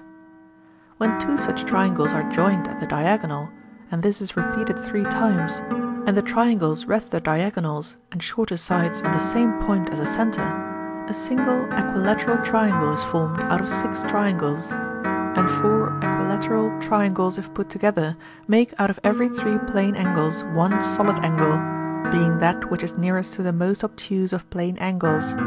And out of the combination of these 4 angles arises the first solid form which distributes into equal and similar parts the whole circle in which it is inscribed.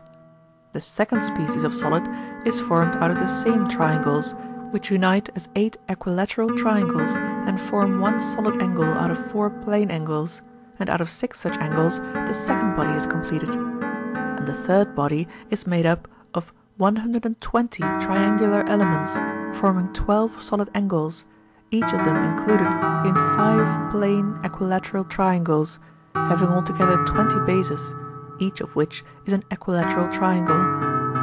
The one element, that is, the triangle which has its hypotenuse twice the lesser side, having generated these figures, generated no more, but the isosceles triangle produced the 4th elementary figure, which is compounded of 4 such triangles, joining their right angles in a centre, and forming one equilateral quadrangle.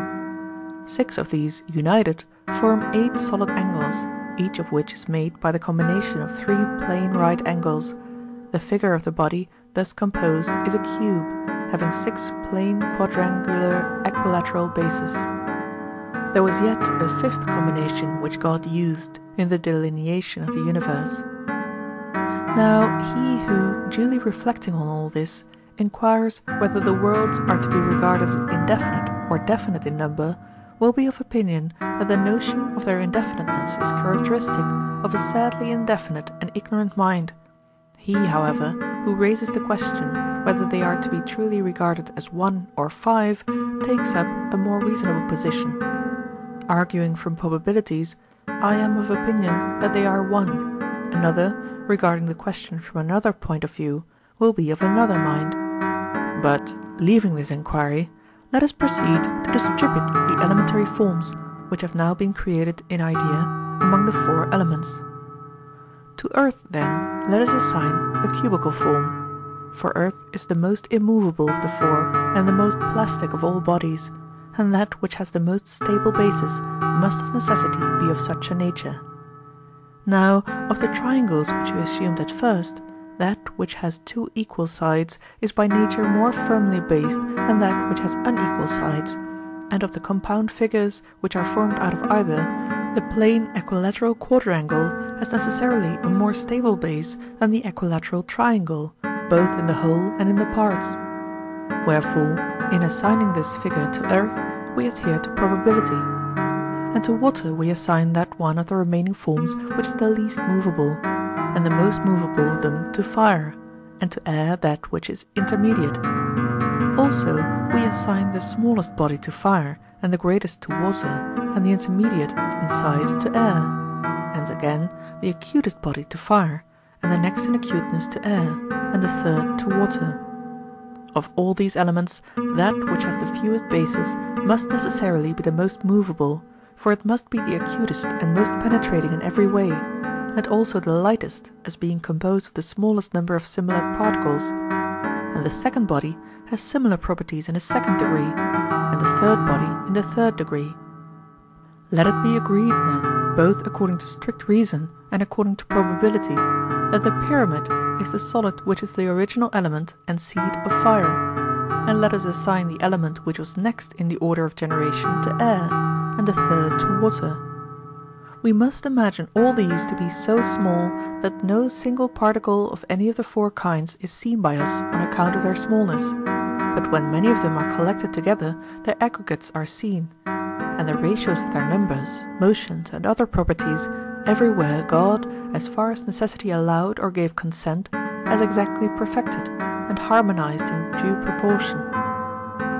From all that we have just been saying about the elements or kinds, the most probable conclusion is as follows. Earth, when meeting with fire and dissolved by its sharpness, whether the dissolution take place in the fire itself, or perhaps in some mass of air or water, is borne hither and thither until its parts, meeting together and mutually harmonizing, again become earth, for they can never take any other form. But water, when divided by fire or by air, on reforming, may become 1 part fire and 2 parts air, and a single volume of air, divided, becomes 2 of fire.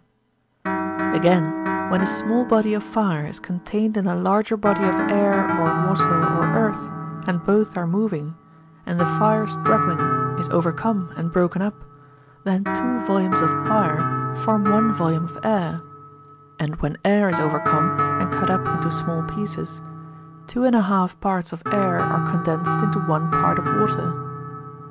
Let us consider the matter in another way.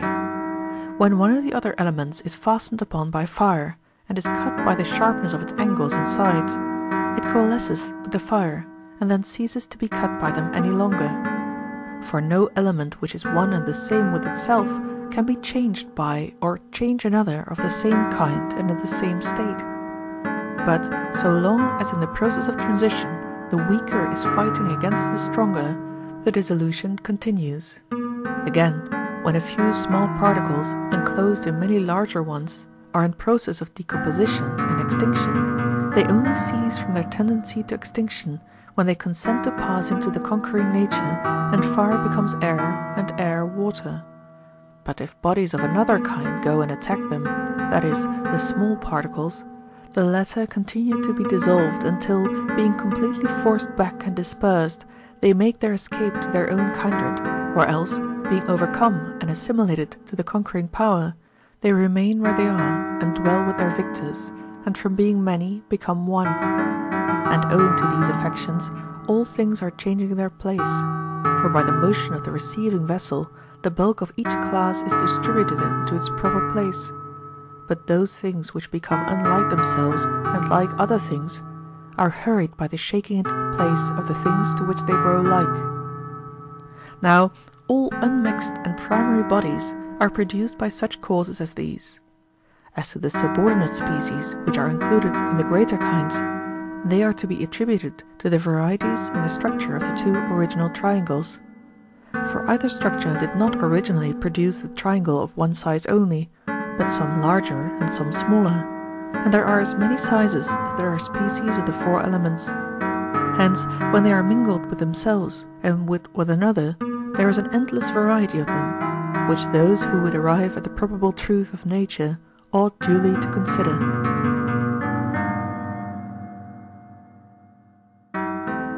Unless a person comes to an understanding about the nature and conditions of rest and motion, he will meet with many difficulties in the discussion which follows. Something has been said of this matter already, and something more remains to be said, which is, that motion never exists in what is uniform. For to conceive that anything can be moved without a mover is hard, or indeed impossible, and equally impossible to conceive that there can be a mover unless there be something which can be moved. Motion cannot exist where either of these are wanting, and for these to be uniform is impossible. Wherefore we must assign rest to uniformity, and motion to the want of uniformity. Now, inequality is the cause of the nature which is wanting in uniformity, and of this we have already described the origin. But there still remains the further point, why things when divided after their kinds do not cease to pass through one another and to change their place, which we will now proceed to explain. In the revolution of the universe are comprehended all the four elements, and this being circular and having a tendency to come together, compresses everything and will not allow any place to be left void. Wherefore also fire above all things penetrates everywhere, and air next, as being next in rarity of the elements, and the two other elements in like manner penetrate according to their degrees of rarity. For those things which are composed of the largest particles have the largest void left in their compositions, and those which are composed of the smallest particles have the least. And the contraction caused by the compression thrusts the smaller particles into the interstices of the larger. And thus, when the small parts are placed side by side with the larger, and the lesser divide the greater, and the greater unite the lesser, all the elements are borne up and down and hither and thither towards their own places, for the change in the size of each changes its position in space. And these causes generate an inequality which is always maintained, and is continually creating a perpetual motion of the elements in all time. In the next place, we have to consider that there are diverse kinds of fire. There are, for example, first, flame, and secondly, those emanations of flame which do not burn but only give light to the eyes. Thirdly, the remains of fire, which are seen in red-hot embers after the flame has been extinguished. There are similar differences in the air, of which the brightest part is called the ether, and the most turbid sort mist and darkness. And there are various other nameless kinds which arise from the inequality of the triangles. Water again admits in the first place of a division into two kinds, the one liquid and the other fusile. The liquid kind is composed of the small and unequal particles of water, and moves itself and is moved by other bodies owing to the want of uniformity and the shape of its particles. Whereas the fusile kind, being formed of large and uniform particles, is more stable than the other, and is heavy and compact by reason of its uniformity. But when fire gets in and dissolves the particles and destroys the uniformity, it has greater mobility, and becoming fluid is thrust forth by the neighbouring air and spreads upon the earth. and this dissolution of the solid masses is called melting, and their spreading out upon the earth flowing. Again, when the fire goes out of the fusile substance, it does not pass into a vacuum, but into the neighbouring air, and the air which is displaced forces together the liquid and still movable mass into the place which was occupied by the fire, and unites it with itself. Thus compressed, the mass resumes its equability, and is again at unity with itself, because the fire which was the author of the inequality has retreated, and this departure of the fire is called cooling, and the coming together which follows upon it is termed congealment. Of all the kinds termed fusile, that which is the densest and is formed out of the finest and most uniform parts is that most precious possession called gold, which is hardened by filtration through rock. This is unique in kind, and has both a glittering and a yellow colour.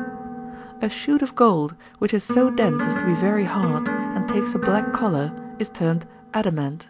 There is also another kind, which has parts nearly like gold, and of which there are several species. It is denser than gold, and it contains a small and fine portion of earth, and is therefore harder, yet also lighter, because of the great interstices which it has within itself.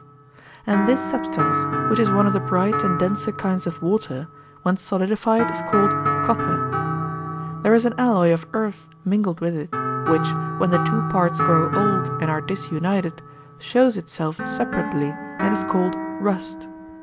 The remaining phenomena of the same kind there will be no difficulty in reasoning out by the method of probabilities. A man may sometimes set aside meditations about eternal things, and for recreation turn to consider the truths of generation, which are probable only. He will thus gain a pleasure not to be repented of, and secure for himself, while he lives, a wise and moderate pastime. Let us grant ourselves this indulgence, and go through the probabilities relating to the same subjects, which follow next in order. Water which is mingled with fire, so much as is fine and liquid, being so called by reason of its motion and the way in which it rolls along the ground, and soft, because its bases give way and are less stable than those of earth, when separated from fire and air and isolated, becomes more uniform, and by their retirement is compressed into itself. And if the condensation it be very great, the water above the earth becomes hail, but on the earth ice. And that which is congealed in a less degree and is only half solid, when above the earth is called snow, and when upon the earth and condensed from dew, hoarfrost. Then again there are the numerous kinds of water which have been mingled with one another, and are distilled through plants which grow in the earth, and this whole class is called by the name of juices or saps. The unequal admixture of these fluids creates a variety of species. Most of them are nameless, but 4 which are of a fiery nature are clearly distinguished and have names. First, there is wine, which warms the soul as well as the body. Secondly, there is the oily nature, which is smooth and divides the visual ray, and for this reason is bright and shining and of a glistening appearance, including pitch, the juice of the casterberry, oil itself, and other things of a like kind.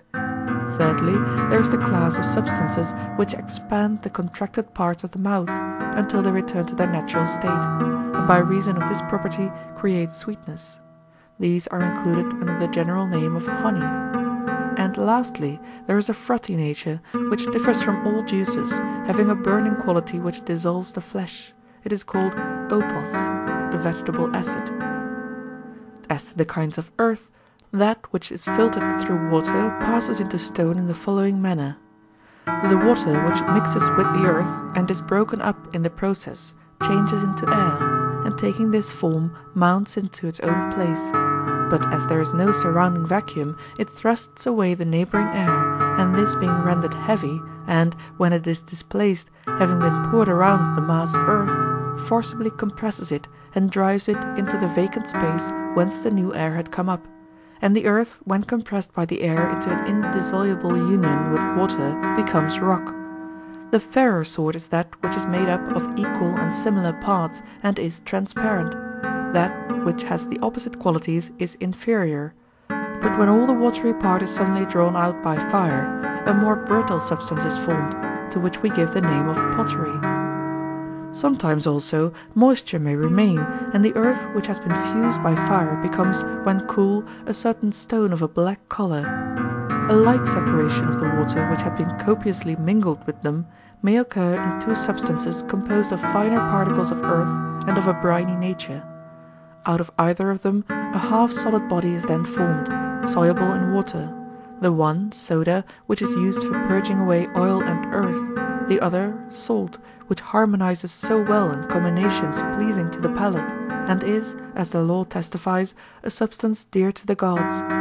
The compounds of earth and water are not soluble by water, but by fire only, and for this reason. Neither fire nor air melt masses of earth, for their particles, being smaller than the interstices in its structure, have plenty of room to move without forcing their way, and so they leave the earth unmelted and undissolved. But particles of water, which are larger, force a passage, and dissolve and melt the earth. Wherefore earth, when not consolidated by force, is dissolved by water only, when consolidated by nothing but fire, for this is the only body which can find an entrance. The cohesion of water again, when very strong, is dissolved by fire only, when weaker, then either by air or fire, the former entering the interstices, and the latter penetrating even the triangles. But nothing can dissolve air when strongly condensed, which does not reach the elements or triangles, or if not strongly condensed, then only fire can dissolve it. As to bodies composed of earth and water, while the water occupies the vacant interstices of the earth in them, which are compressed by force, the particles of water which approach them from without, finding no entrance, flow around the entire mass and leave it undissolved. But the particles of fire, entering into the interstices of the water, do to the water what water does to earth and fire to air. (Side-note: the text seems to be corrupt. End side-note.) And are the sole causes of the compound body of earth and water liquefying and becoming fluid. Now these bodies are of two kinds. Some of them, such as glass and the fusible sort of stones, have less water than they have earth. On the other hand, substances of the nature of wax and incense have more of water entering into their composition. I have thus shown the various classes of bodies as they are diversified by their forms and combinations and changes into one another, and now I must endeavour to set forth their affections and the causes of them. In the first place, the bodies which I have been describing are necessarily objects of sense, but we have not yet considered the origin of flesh, or what belongs to flesh, or of that part of the soul which is mortal, and these things cannot be adequately explained without also explaining the affections which are concerned with sensation, nor the latter without the former, and yet to explain them together is hardly possible, for which reason we must assume first one or the other, and afterwards examine the nature of our hypothesis. In order, then, that the affections may follow regularly after the elements, let us presuppose the existence of body and soul. First, let us inquire what we mean by saying that fire is hot, and about this we may reason from the dividing or cutting power which it exercises on our bodies. We all of us feel that fire is sharp, and we may further consider the fineness of the sides, and the sharpness of the angles, and the smallness of the particles, and the swiftness of the motion. All this makes the action of fire violent and sharp, so that it cuts whatever it meets. And we must not forget that the original figure of fire, that is, the pyramid, more than any other form, has a dividing power which cuts our bodies into small pieces, (kepmatizei), and thus naturally produces that affection which we call heat, and hence the origin of the name, tepmos, kepma. Now the opposite of this is sufficiently manifest. Nevertheless we will not fail to describe it. For the larger particles of moisture, which surround the body, entering in and driving out the lesser, but not being able to take their places, compress the moist principle in us, and this, from being unequal and disturbed, is forced by them into a state of rest, which is due to equability and compression. But things which are contracted contrary to nature are by nature at war, and force themselves apart, and to this war and convulsion the name of shivering and trembling is given, and the whole affection and the cause of the affection are both termed cold. That is called hard, to which our flesh yields, and soft, which yields to our flesh. And things are also termed hard and soft relatively to one another. That which yields has a small base, but that which rests on quadrangular bases is firmly posed and belongs to the class which offers the greatest resistance. So too does that which is the most compact and therefore most repellent. The nature of the light and the heavy will be best understood when examined in connection with our notions of above and below. For it is quite a mistake to suppose that the universe is parted into two regions, separate from and opposite to each other, the one a lower to which all things tend which have any bulk, and an upper to which things only ascend against their will. For as the universe is in the form of a sphere, all the extremities, being equidistant from the centre, are equally extremities, and the centre, which is equidistant from them, is equally to be regarded as the opposite of them all. Such being the nature of the world, when a person says that any of these points is above or below, may he not be justly charged with using an improper expression? For the centre of the world cannot be rightly called either above or below, but is the centre and nothing else. And the circumference is not the centre, and has in no one part of itself a different relation to the centre from what it has in any of the opposite parts. Indeed, when it is in every direction similar, how can one rightly give to it names which imply opposition? For if there were any solid body in equipoise at the centre of the universe, there would be nothing to draw it to this extreme rather than to that, for they are all perfectly similar. And if a person were to go round the world in a circle, he would often, when standing at the antipodes of his former position, speak of the same point as above and below. For, as I was saying just now, to speak of the whole which is in the form of a globe as having one part above and another below is not like a sensible man. The reason why these names are used, and the circumstances under which they are ordinarily applied by us to the division of the heavens, may be elucidated by the following supposition.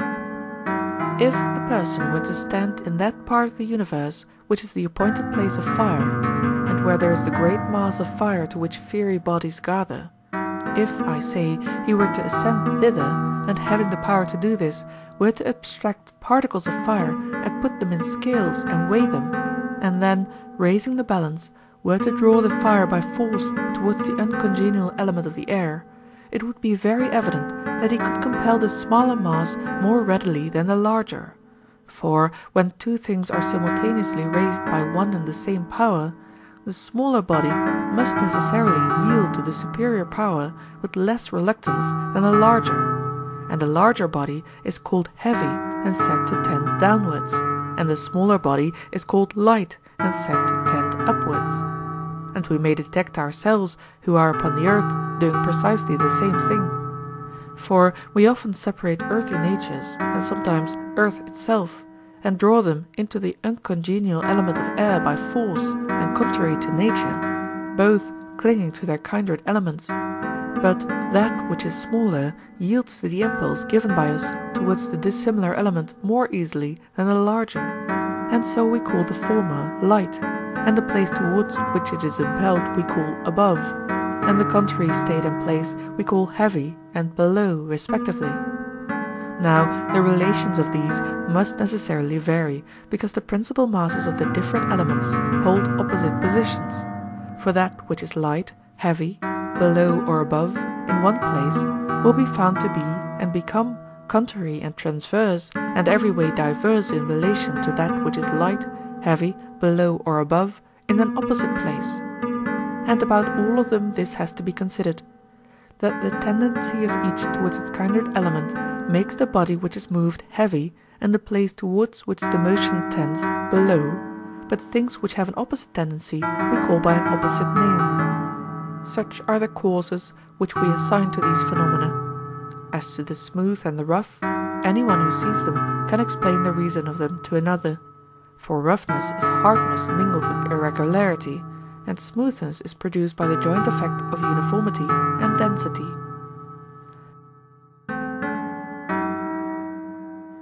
the most important of the affections which concern the whole body remains to be considered, that is, the cause of pleasure and pain in the perceptions of which I have been speaking, and in all other things which are perceived by sense through the parts of the body, and have both pains and pleasures attendant on them. Let us imagine the causes of every affection, whether of sense or not, to be of the following nature, remembering that we have already distinguished between the nature which is easy and which is hard to move. For this is the direction in which we must hunt the prey which we mean to take. A body which is of a nature to be easily moved, on receiving an impression, however slight, spreads abroad the motion in a circle, the parts communicating with each other, until at last, reaching the principle of mind, they announce the quality of the agent. But a body of the opposite kind, being immobile and not extending to the surrounding region, merely receives the impression and does not stir any of the neighboring parts, and since the parts do not distribute the original impression to other parts, it has no effect of motion on the whole animal, and therefore produces no effect on the patient. This is true of the bones and hair and other more earthy parts of the human body, whereas what was said above relates mainly to sight and hearing, because they have in them the greatest amount of fire and air. Now we must conceive of pleasure and pain in this way. An impression produced in us contrary to nature and violent, if sudden, is painful, and again the sudden return to nature is pleasant, but a gentle and gradual return is imperceptible, and vice versa. On the other hand, the impression of sense which is most easily produced is most readily felt, but is not accompanied by pleasure or pain. Such, for example, are the affections of the sight, which, as we said above, is a body naturally uniting with our body in the daytime. For cuttings and burnings and other affections which happen to the sight do not give pain, nor is there pleasure when the sight returns to its natural state. But the sensations are clearest and strongest according to the manner in which the eye is affected by the object, and itself strikes and touches it. There is no violence either in the contraction or dilation of the eye. But bodies formed of larger particles yield to the agent only with a struggle, and then they impart their motions to the whole and cause pleasure and pain. Pain when alienated from their natural conditions, and pleasure when restored to them. Things which experience gradual withdrawings and emptyings of their nature, and great and sudden replenishments, fail to perceive the emptying, but are sensible of the replenishment, and so they occasion no pain, but the greatest pleasure, to the mortal part of the soul, as is manifest in the case of perfumes. But things which are changed all of a sudden, and only gradually and with difficulty return to their own nature, have effects in every way opposite to the former, as is evident in the case of burnings and cuttings of the body. Thus we have discussed the general affections of the whole body, and the names of the agents which produce them. And now I will endeavour to speak of the affections of particular parts, and the causes and agents of them, as far as I am able. In the first place, let us set forth what was omitted when we were speaking of juices, concerning the affections peculiar to the tongue. These too, like most of the other affections, appear to be caused by certain contractions and dilations, but they have besides more of roughness and smoothness than is found in other affections. For whenever earthy particles enter into the small veins, which are the testing instruments of the tongue, reaching to the heart, and fall upon the moist, delicate portions of flesh, when, as they are dissolved, they contract and dry up the little veins, they are astringent if they are rougher, but if not so rough, then only harsh. Those of them which are of an abstergent nature, and purge the whole surface of the tongue, if they do it in excess, and so encroach as to consume some part of the flesh itself, like potash and soda, are all termed bitter.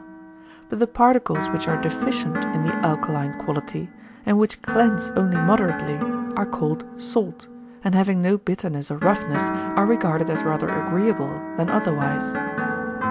Bodies which share in and are made smooth by the heat of the mouth, and which are inflamed, and again in turn inflame that which heats them, and which are so light that they are carried upwards to the sensations of the head, and cut all that comes in their way, by reason of these qualities in them, are all termed pungent. But when these same particles, refined by putrefaction, enter into the narrow veins, and are duly proportioned to the particles of earth and air which are there, they set them whirling about one another, and while they are in a whirl, cause them to dash against and enter into one another, and so form hollows surrounding the particles that enter, which watery vessels of air (for a film of moisture, sometimes earthy, sometimes pure, is spread around the air) are hollow spheres of water, and those of them which are pure are transparent, and are called bubbles, while those composed of the earthy liquid, which is in a state of general agitation and effervescence, are said to boil or ferment. Of all these affections the cause is termed acid.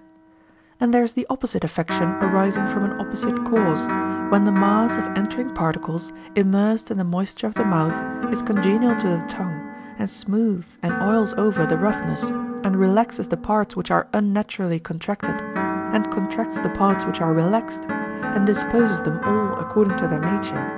That sort of remedy of violent affections is pleasant and agreeable to every man, and has the name sweet.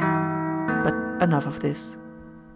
The faculty of smell does not admit of differences of kind, for all smells are of a half-formed nature, and no element is so proportioned as to have any smell. The veins about the nose are too narrow to admit earth and water, and too wide to detain fire and air, and for this reason no one ever perceives the smell of any of them, but smells always proceed from bodies that are damp, or putrefying, or liquefying, or evaporating, and are perceptible only in the intermediate state, when water is changing into air, and air into water, and all of them are either vapour or mist. That which is passing out of air into water is mist, and that which is passing from water into air is vapour, and hence all smells are thinner than water and thicker than air. The proof of this is, that when there is any obstruction to the respiration, and a man draws in his breath by force, then no smell filters through, but the air without the smell alone penetrates. Wherefore the varieties of smell have no name, and they have not many or definite and simple kinds, but they are distinguished only as painful and pleasant, the one sort irritating and disturbing the whole cavity which is situated between the head and the navel, and the other having a soothing influence, and restoring this same region to an agreeable and natural condition. In considering the third kind of sense, hearing, we must speak of the causes in which it originates. We may in general assume sound to be a blow which passes through the ears, and is transmitted by means of the air, the brain, and the blood, to the soul, and that hearing is the vibration of this blow, which begins in the head and ends in the region of the liver. The sound which moves swiftly is acute, and the sound which moves slowly is grave, and that which is regular is equable and smooth, and the reverse is harsh. A great body of sound is loud, and a small body of sound the reverse. Respecting the harmonies of sound I must hereafter speak. There is a fourth class of sensible things, having many intricate varieties, which must now be distinguished. They are called by the general name of colours, and are a flame which emanates from every sort of body, and has particles corresponding to the sense of sight. I have spoken already, in what has preceded, of the causes which generate sight, and in this place it will be natural and suitable to give a rational theory of colours. Of the particles coming from other bodies which fall upon the sight, some are smaller and some are larger, and some are equal to the parts of the sight itself. Those which are equal are imperceptible, and we call them transparent. The larger produce contraction, the smaller dilation in the sight, exercising a power akin to that of hot and cold bodies on the flesh, or of astringent bodies on the tongue, or of those heating bodies which we term pungent. White and black are similar effects of contraction and dilation in another sphere, and for this reason have a different appearance. Wherefore we ought to term white that which dilates the visual ray, and the opposite of this is black.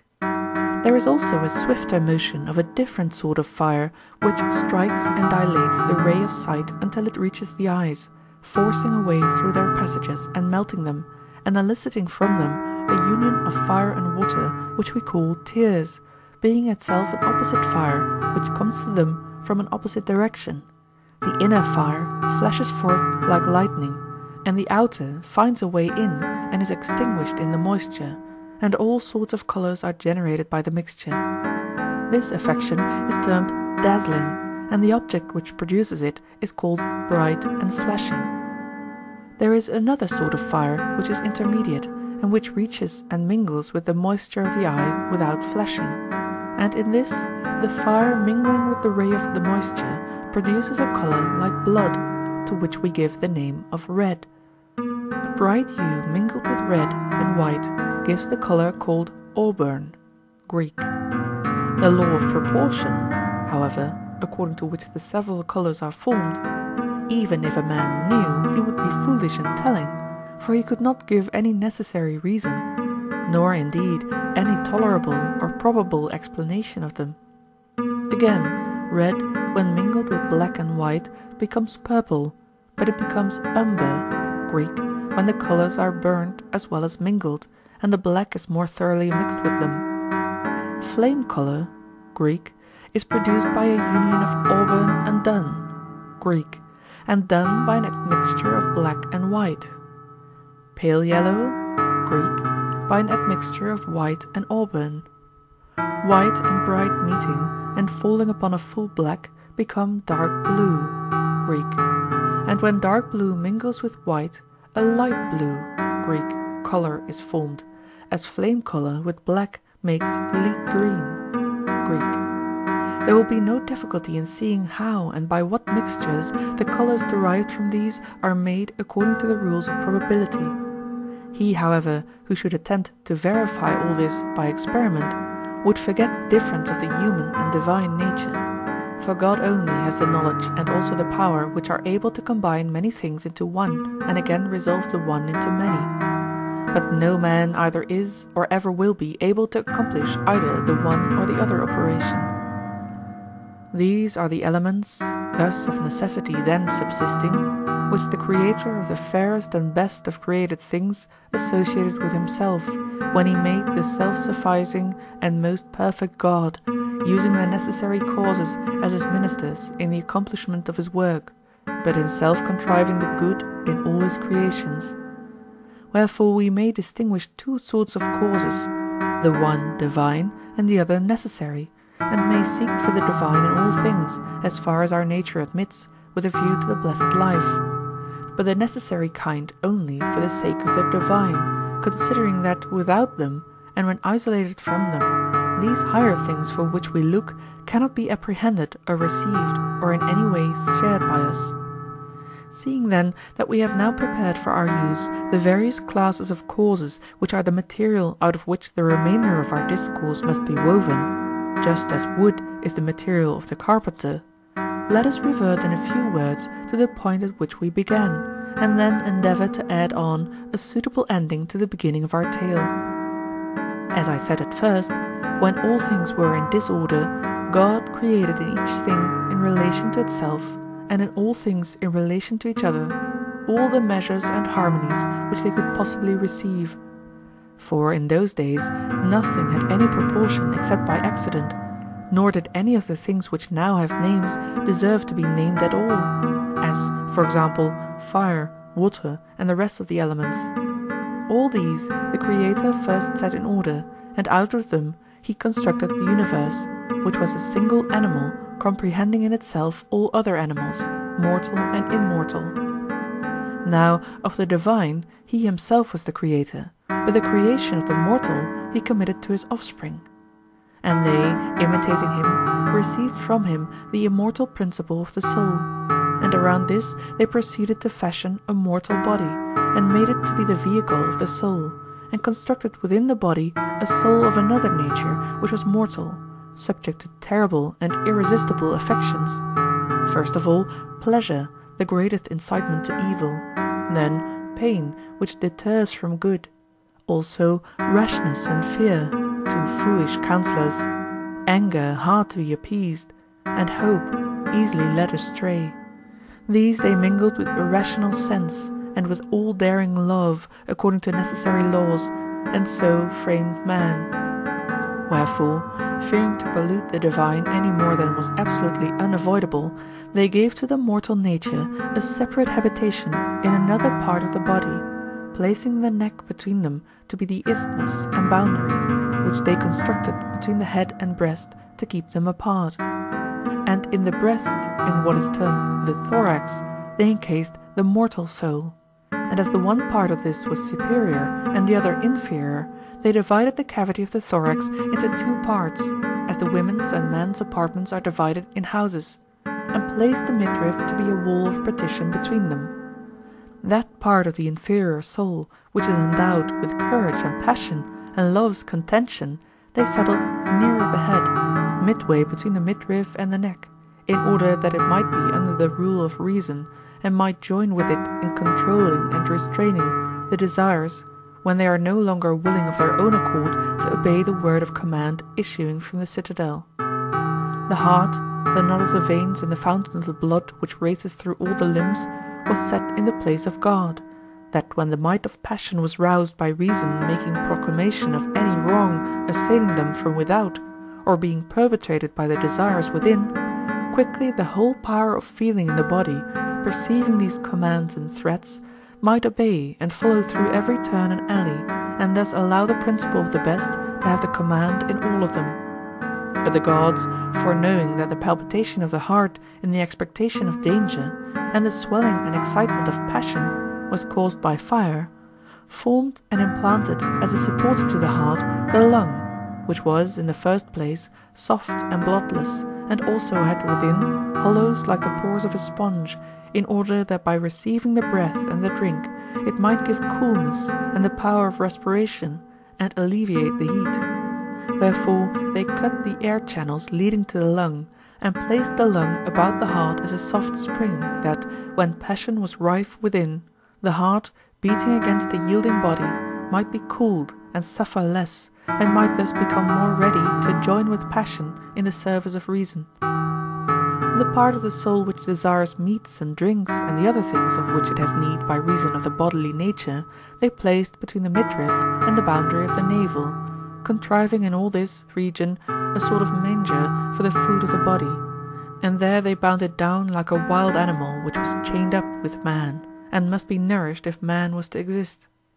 They appointed this lower creation his place here, in order that he might be always feeding at the manger, and have his dwelling as far as might be from the council chamber, making as little noise and disturbance as possible, and permitting the best part to advise quietly for the good of the whole. And knowing that this lower principle in man would not comprehend reason, and even if attaining to some degree of perception, would never naturally care for rational notions, but that it would be led away by phantoms and visions night and day, to be a remedy for this, God combined with it the liver, and placed it in the house of the lower nature, contriving that it should be solid and smooth, and bright and sweet, and should also have a bitter quality, in order that the power of thought, which proceeds from the mind, might be reflected as in a mirror, which receives likenesses of objects, and gives back images of them to the sight, and so might strike terror into the desires, when, making use of the bitter part of the liver, to which it is akin, it comes threatening and invading, and diffusing this bitter element swiftly through the whole liver, produces colours like bile, and contracting every part, makes it wrinkled and rough, and twisting out of its right place, and contorting the lobe, and closing and shutting up the vessels and gates, causes pain and loathing.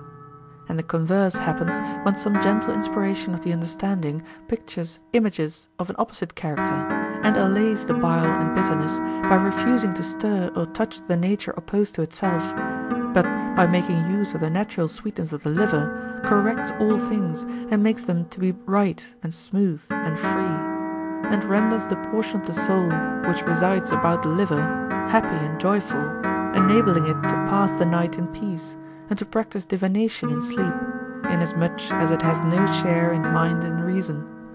For the authors of our being, remembering the command of their father when he bade them create the human race as good as they could, that they might correct our inferior parts and make them to attain a measure of truth, placed in the liver the seed of divination.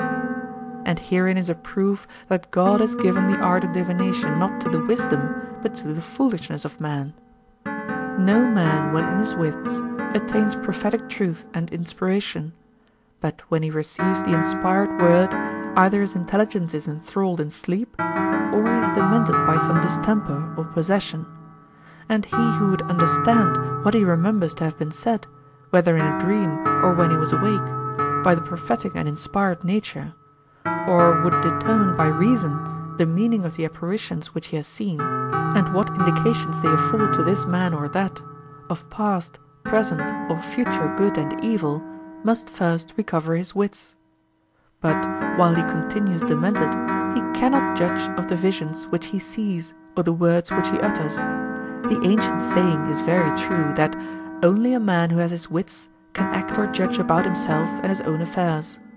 And for this reason it is customary to appoint interpreters to be judges of their true inspiration. Some persons call them prophets.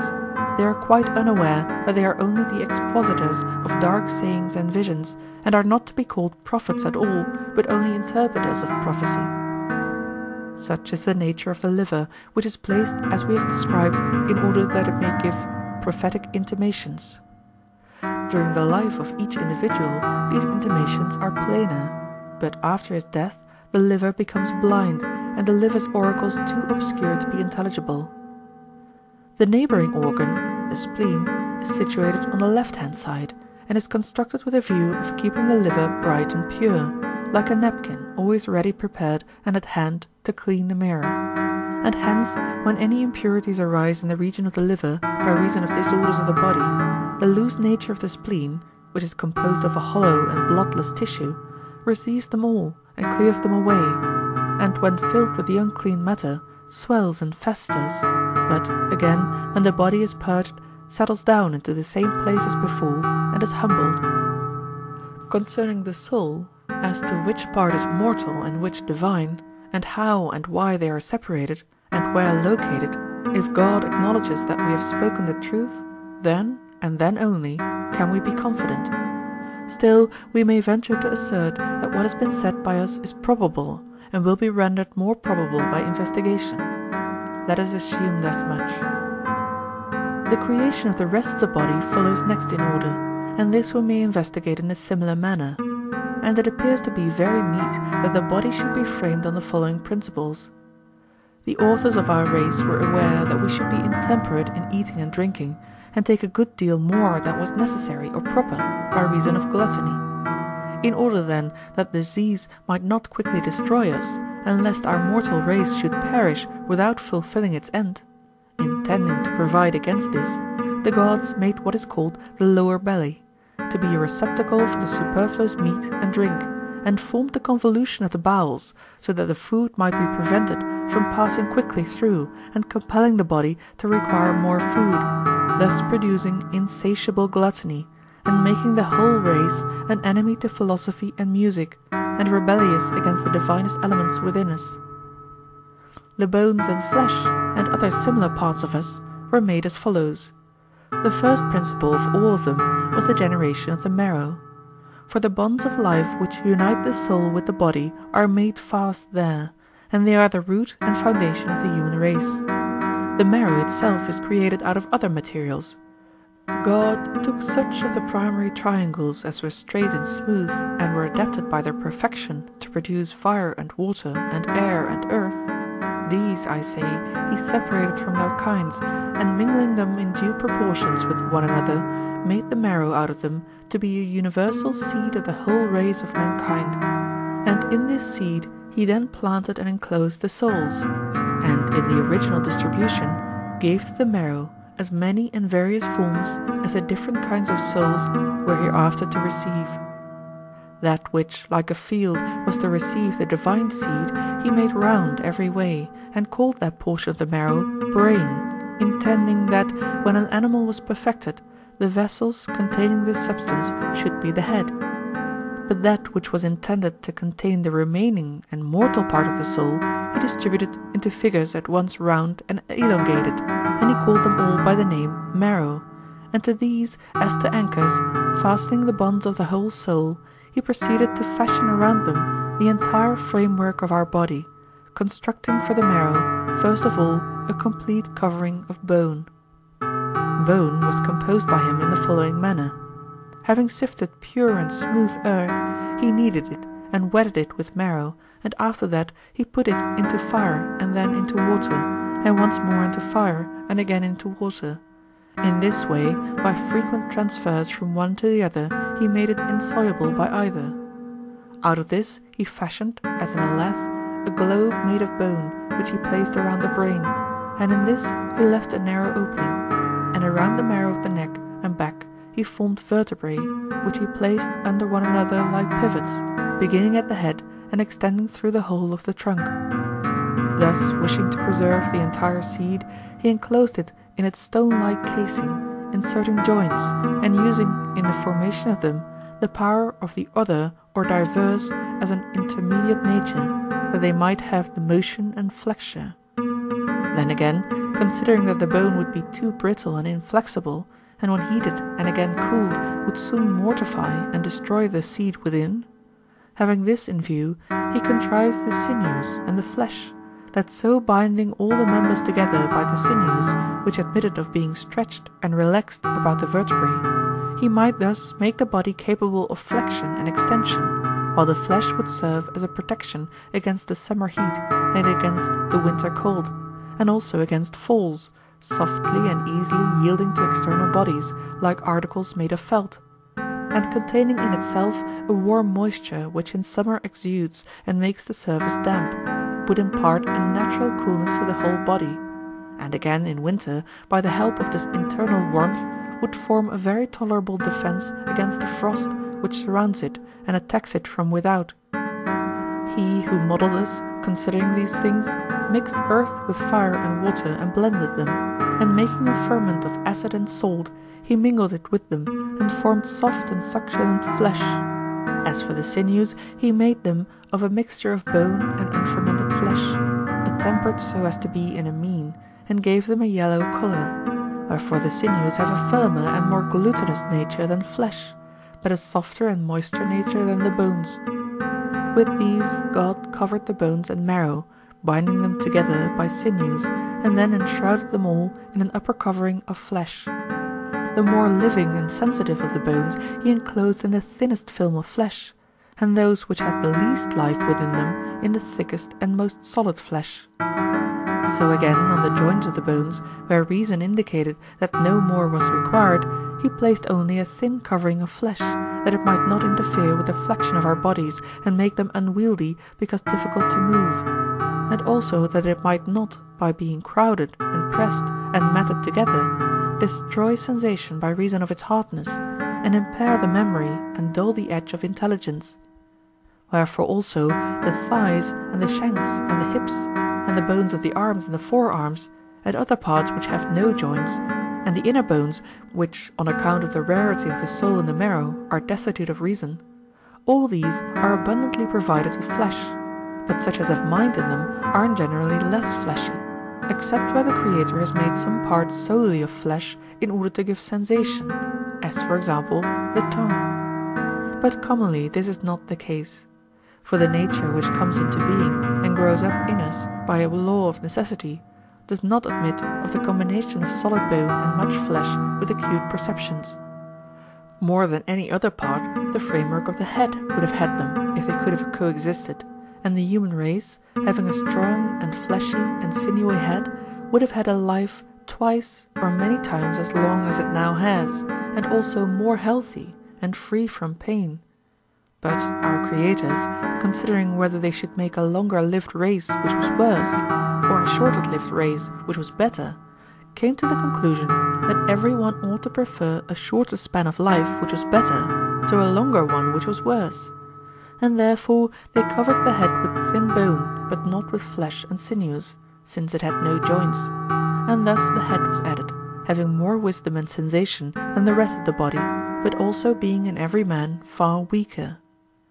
For these reasons, and after this manner, God placed the sinews at the extremity of the head in a circle round the neck, and glued them together by the principle of likeness, and fastened the extremities of the jawbones to them below the face, and the other sinews he dispersed throughout the body, fastening limb to limb. The framers of us framed the mouth, as now arranged, having teeth and tongue and lips, with a view to the necessary and the good, contriving the way in for necessary purposes, the way out for the best purposes. For that is necessary which enters in and gives food to the body. But the river of speech, which flows out of a man and ministers to the intelligence, is the fairest and noblest of all streams. Still, the head could neither be left a bare frame of bones on account of the extremes of heat and cold in the different seasons, nor yet be allowed to be wholly covered, and so become dull and senseless by reason of an overgrowth of flesh. The fleshy nature was not therefore wholly dried up, but a large sort of peel was parted off and remained over, which is now called the skin. This met and grew by the help of the cerebral moisture, and became the circular envelopment of the head. And the moisture, rising up under the sutures, watered and closed in the skin upon the crown, forming a sort of knot. The diversity of the sutures was caused by the power of the courses of the soul and of the food, and the more these struggled against one another, the more numerous they became, and fewer if the struggle were less violent. This skin the divine power pierced all round with fire, and out of the punctures which were thus made the moisture issued forth, and the liquid and heat which was pure came away, and a mixed part which was composed of the same material as the skin, and had a fineness equal to the punctures, and was borne up by its own impulse, and extended far outside the head, but being too slow to escape, was thrust back by the external air, and rolled up underneath the skin, where it took root. Thus the hair sprang up in the skin, being akin to it, because it is like threads of leather, but rendered harder and closer through the pressure of the cold, by which each hair, while in process of separation from the skin, is compressed and cooled. Wherefore the Creator formed the head hairy, making use of the causes which I have mentioned, and reflecting also that, instead of flesh, the brain needed the hair to be a light covering or guard, which would give shade in summer and shelter in winter, and at the same time would not impede our quickness of perception. From the combination of sinew, skin, and bone in the structure of the finger, there arises a triple compound which, when dried up, takes the form of one hard skin partaking of all three natures, and was fabricated by these second causes, but designed by mind, which is the principal cause with an eye to the future. For our creators well knew that women and other animals would some day be framed out of man, and they further knew that many animals would require the use of nails for many purposes, wherefore they fashioned in man at their first creation the rudiments of nails. For this purpose, and for these reasons, they caused skin, hair, and nails to grow at the extremities of the limbs.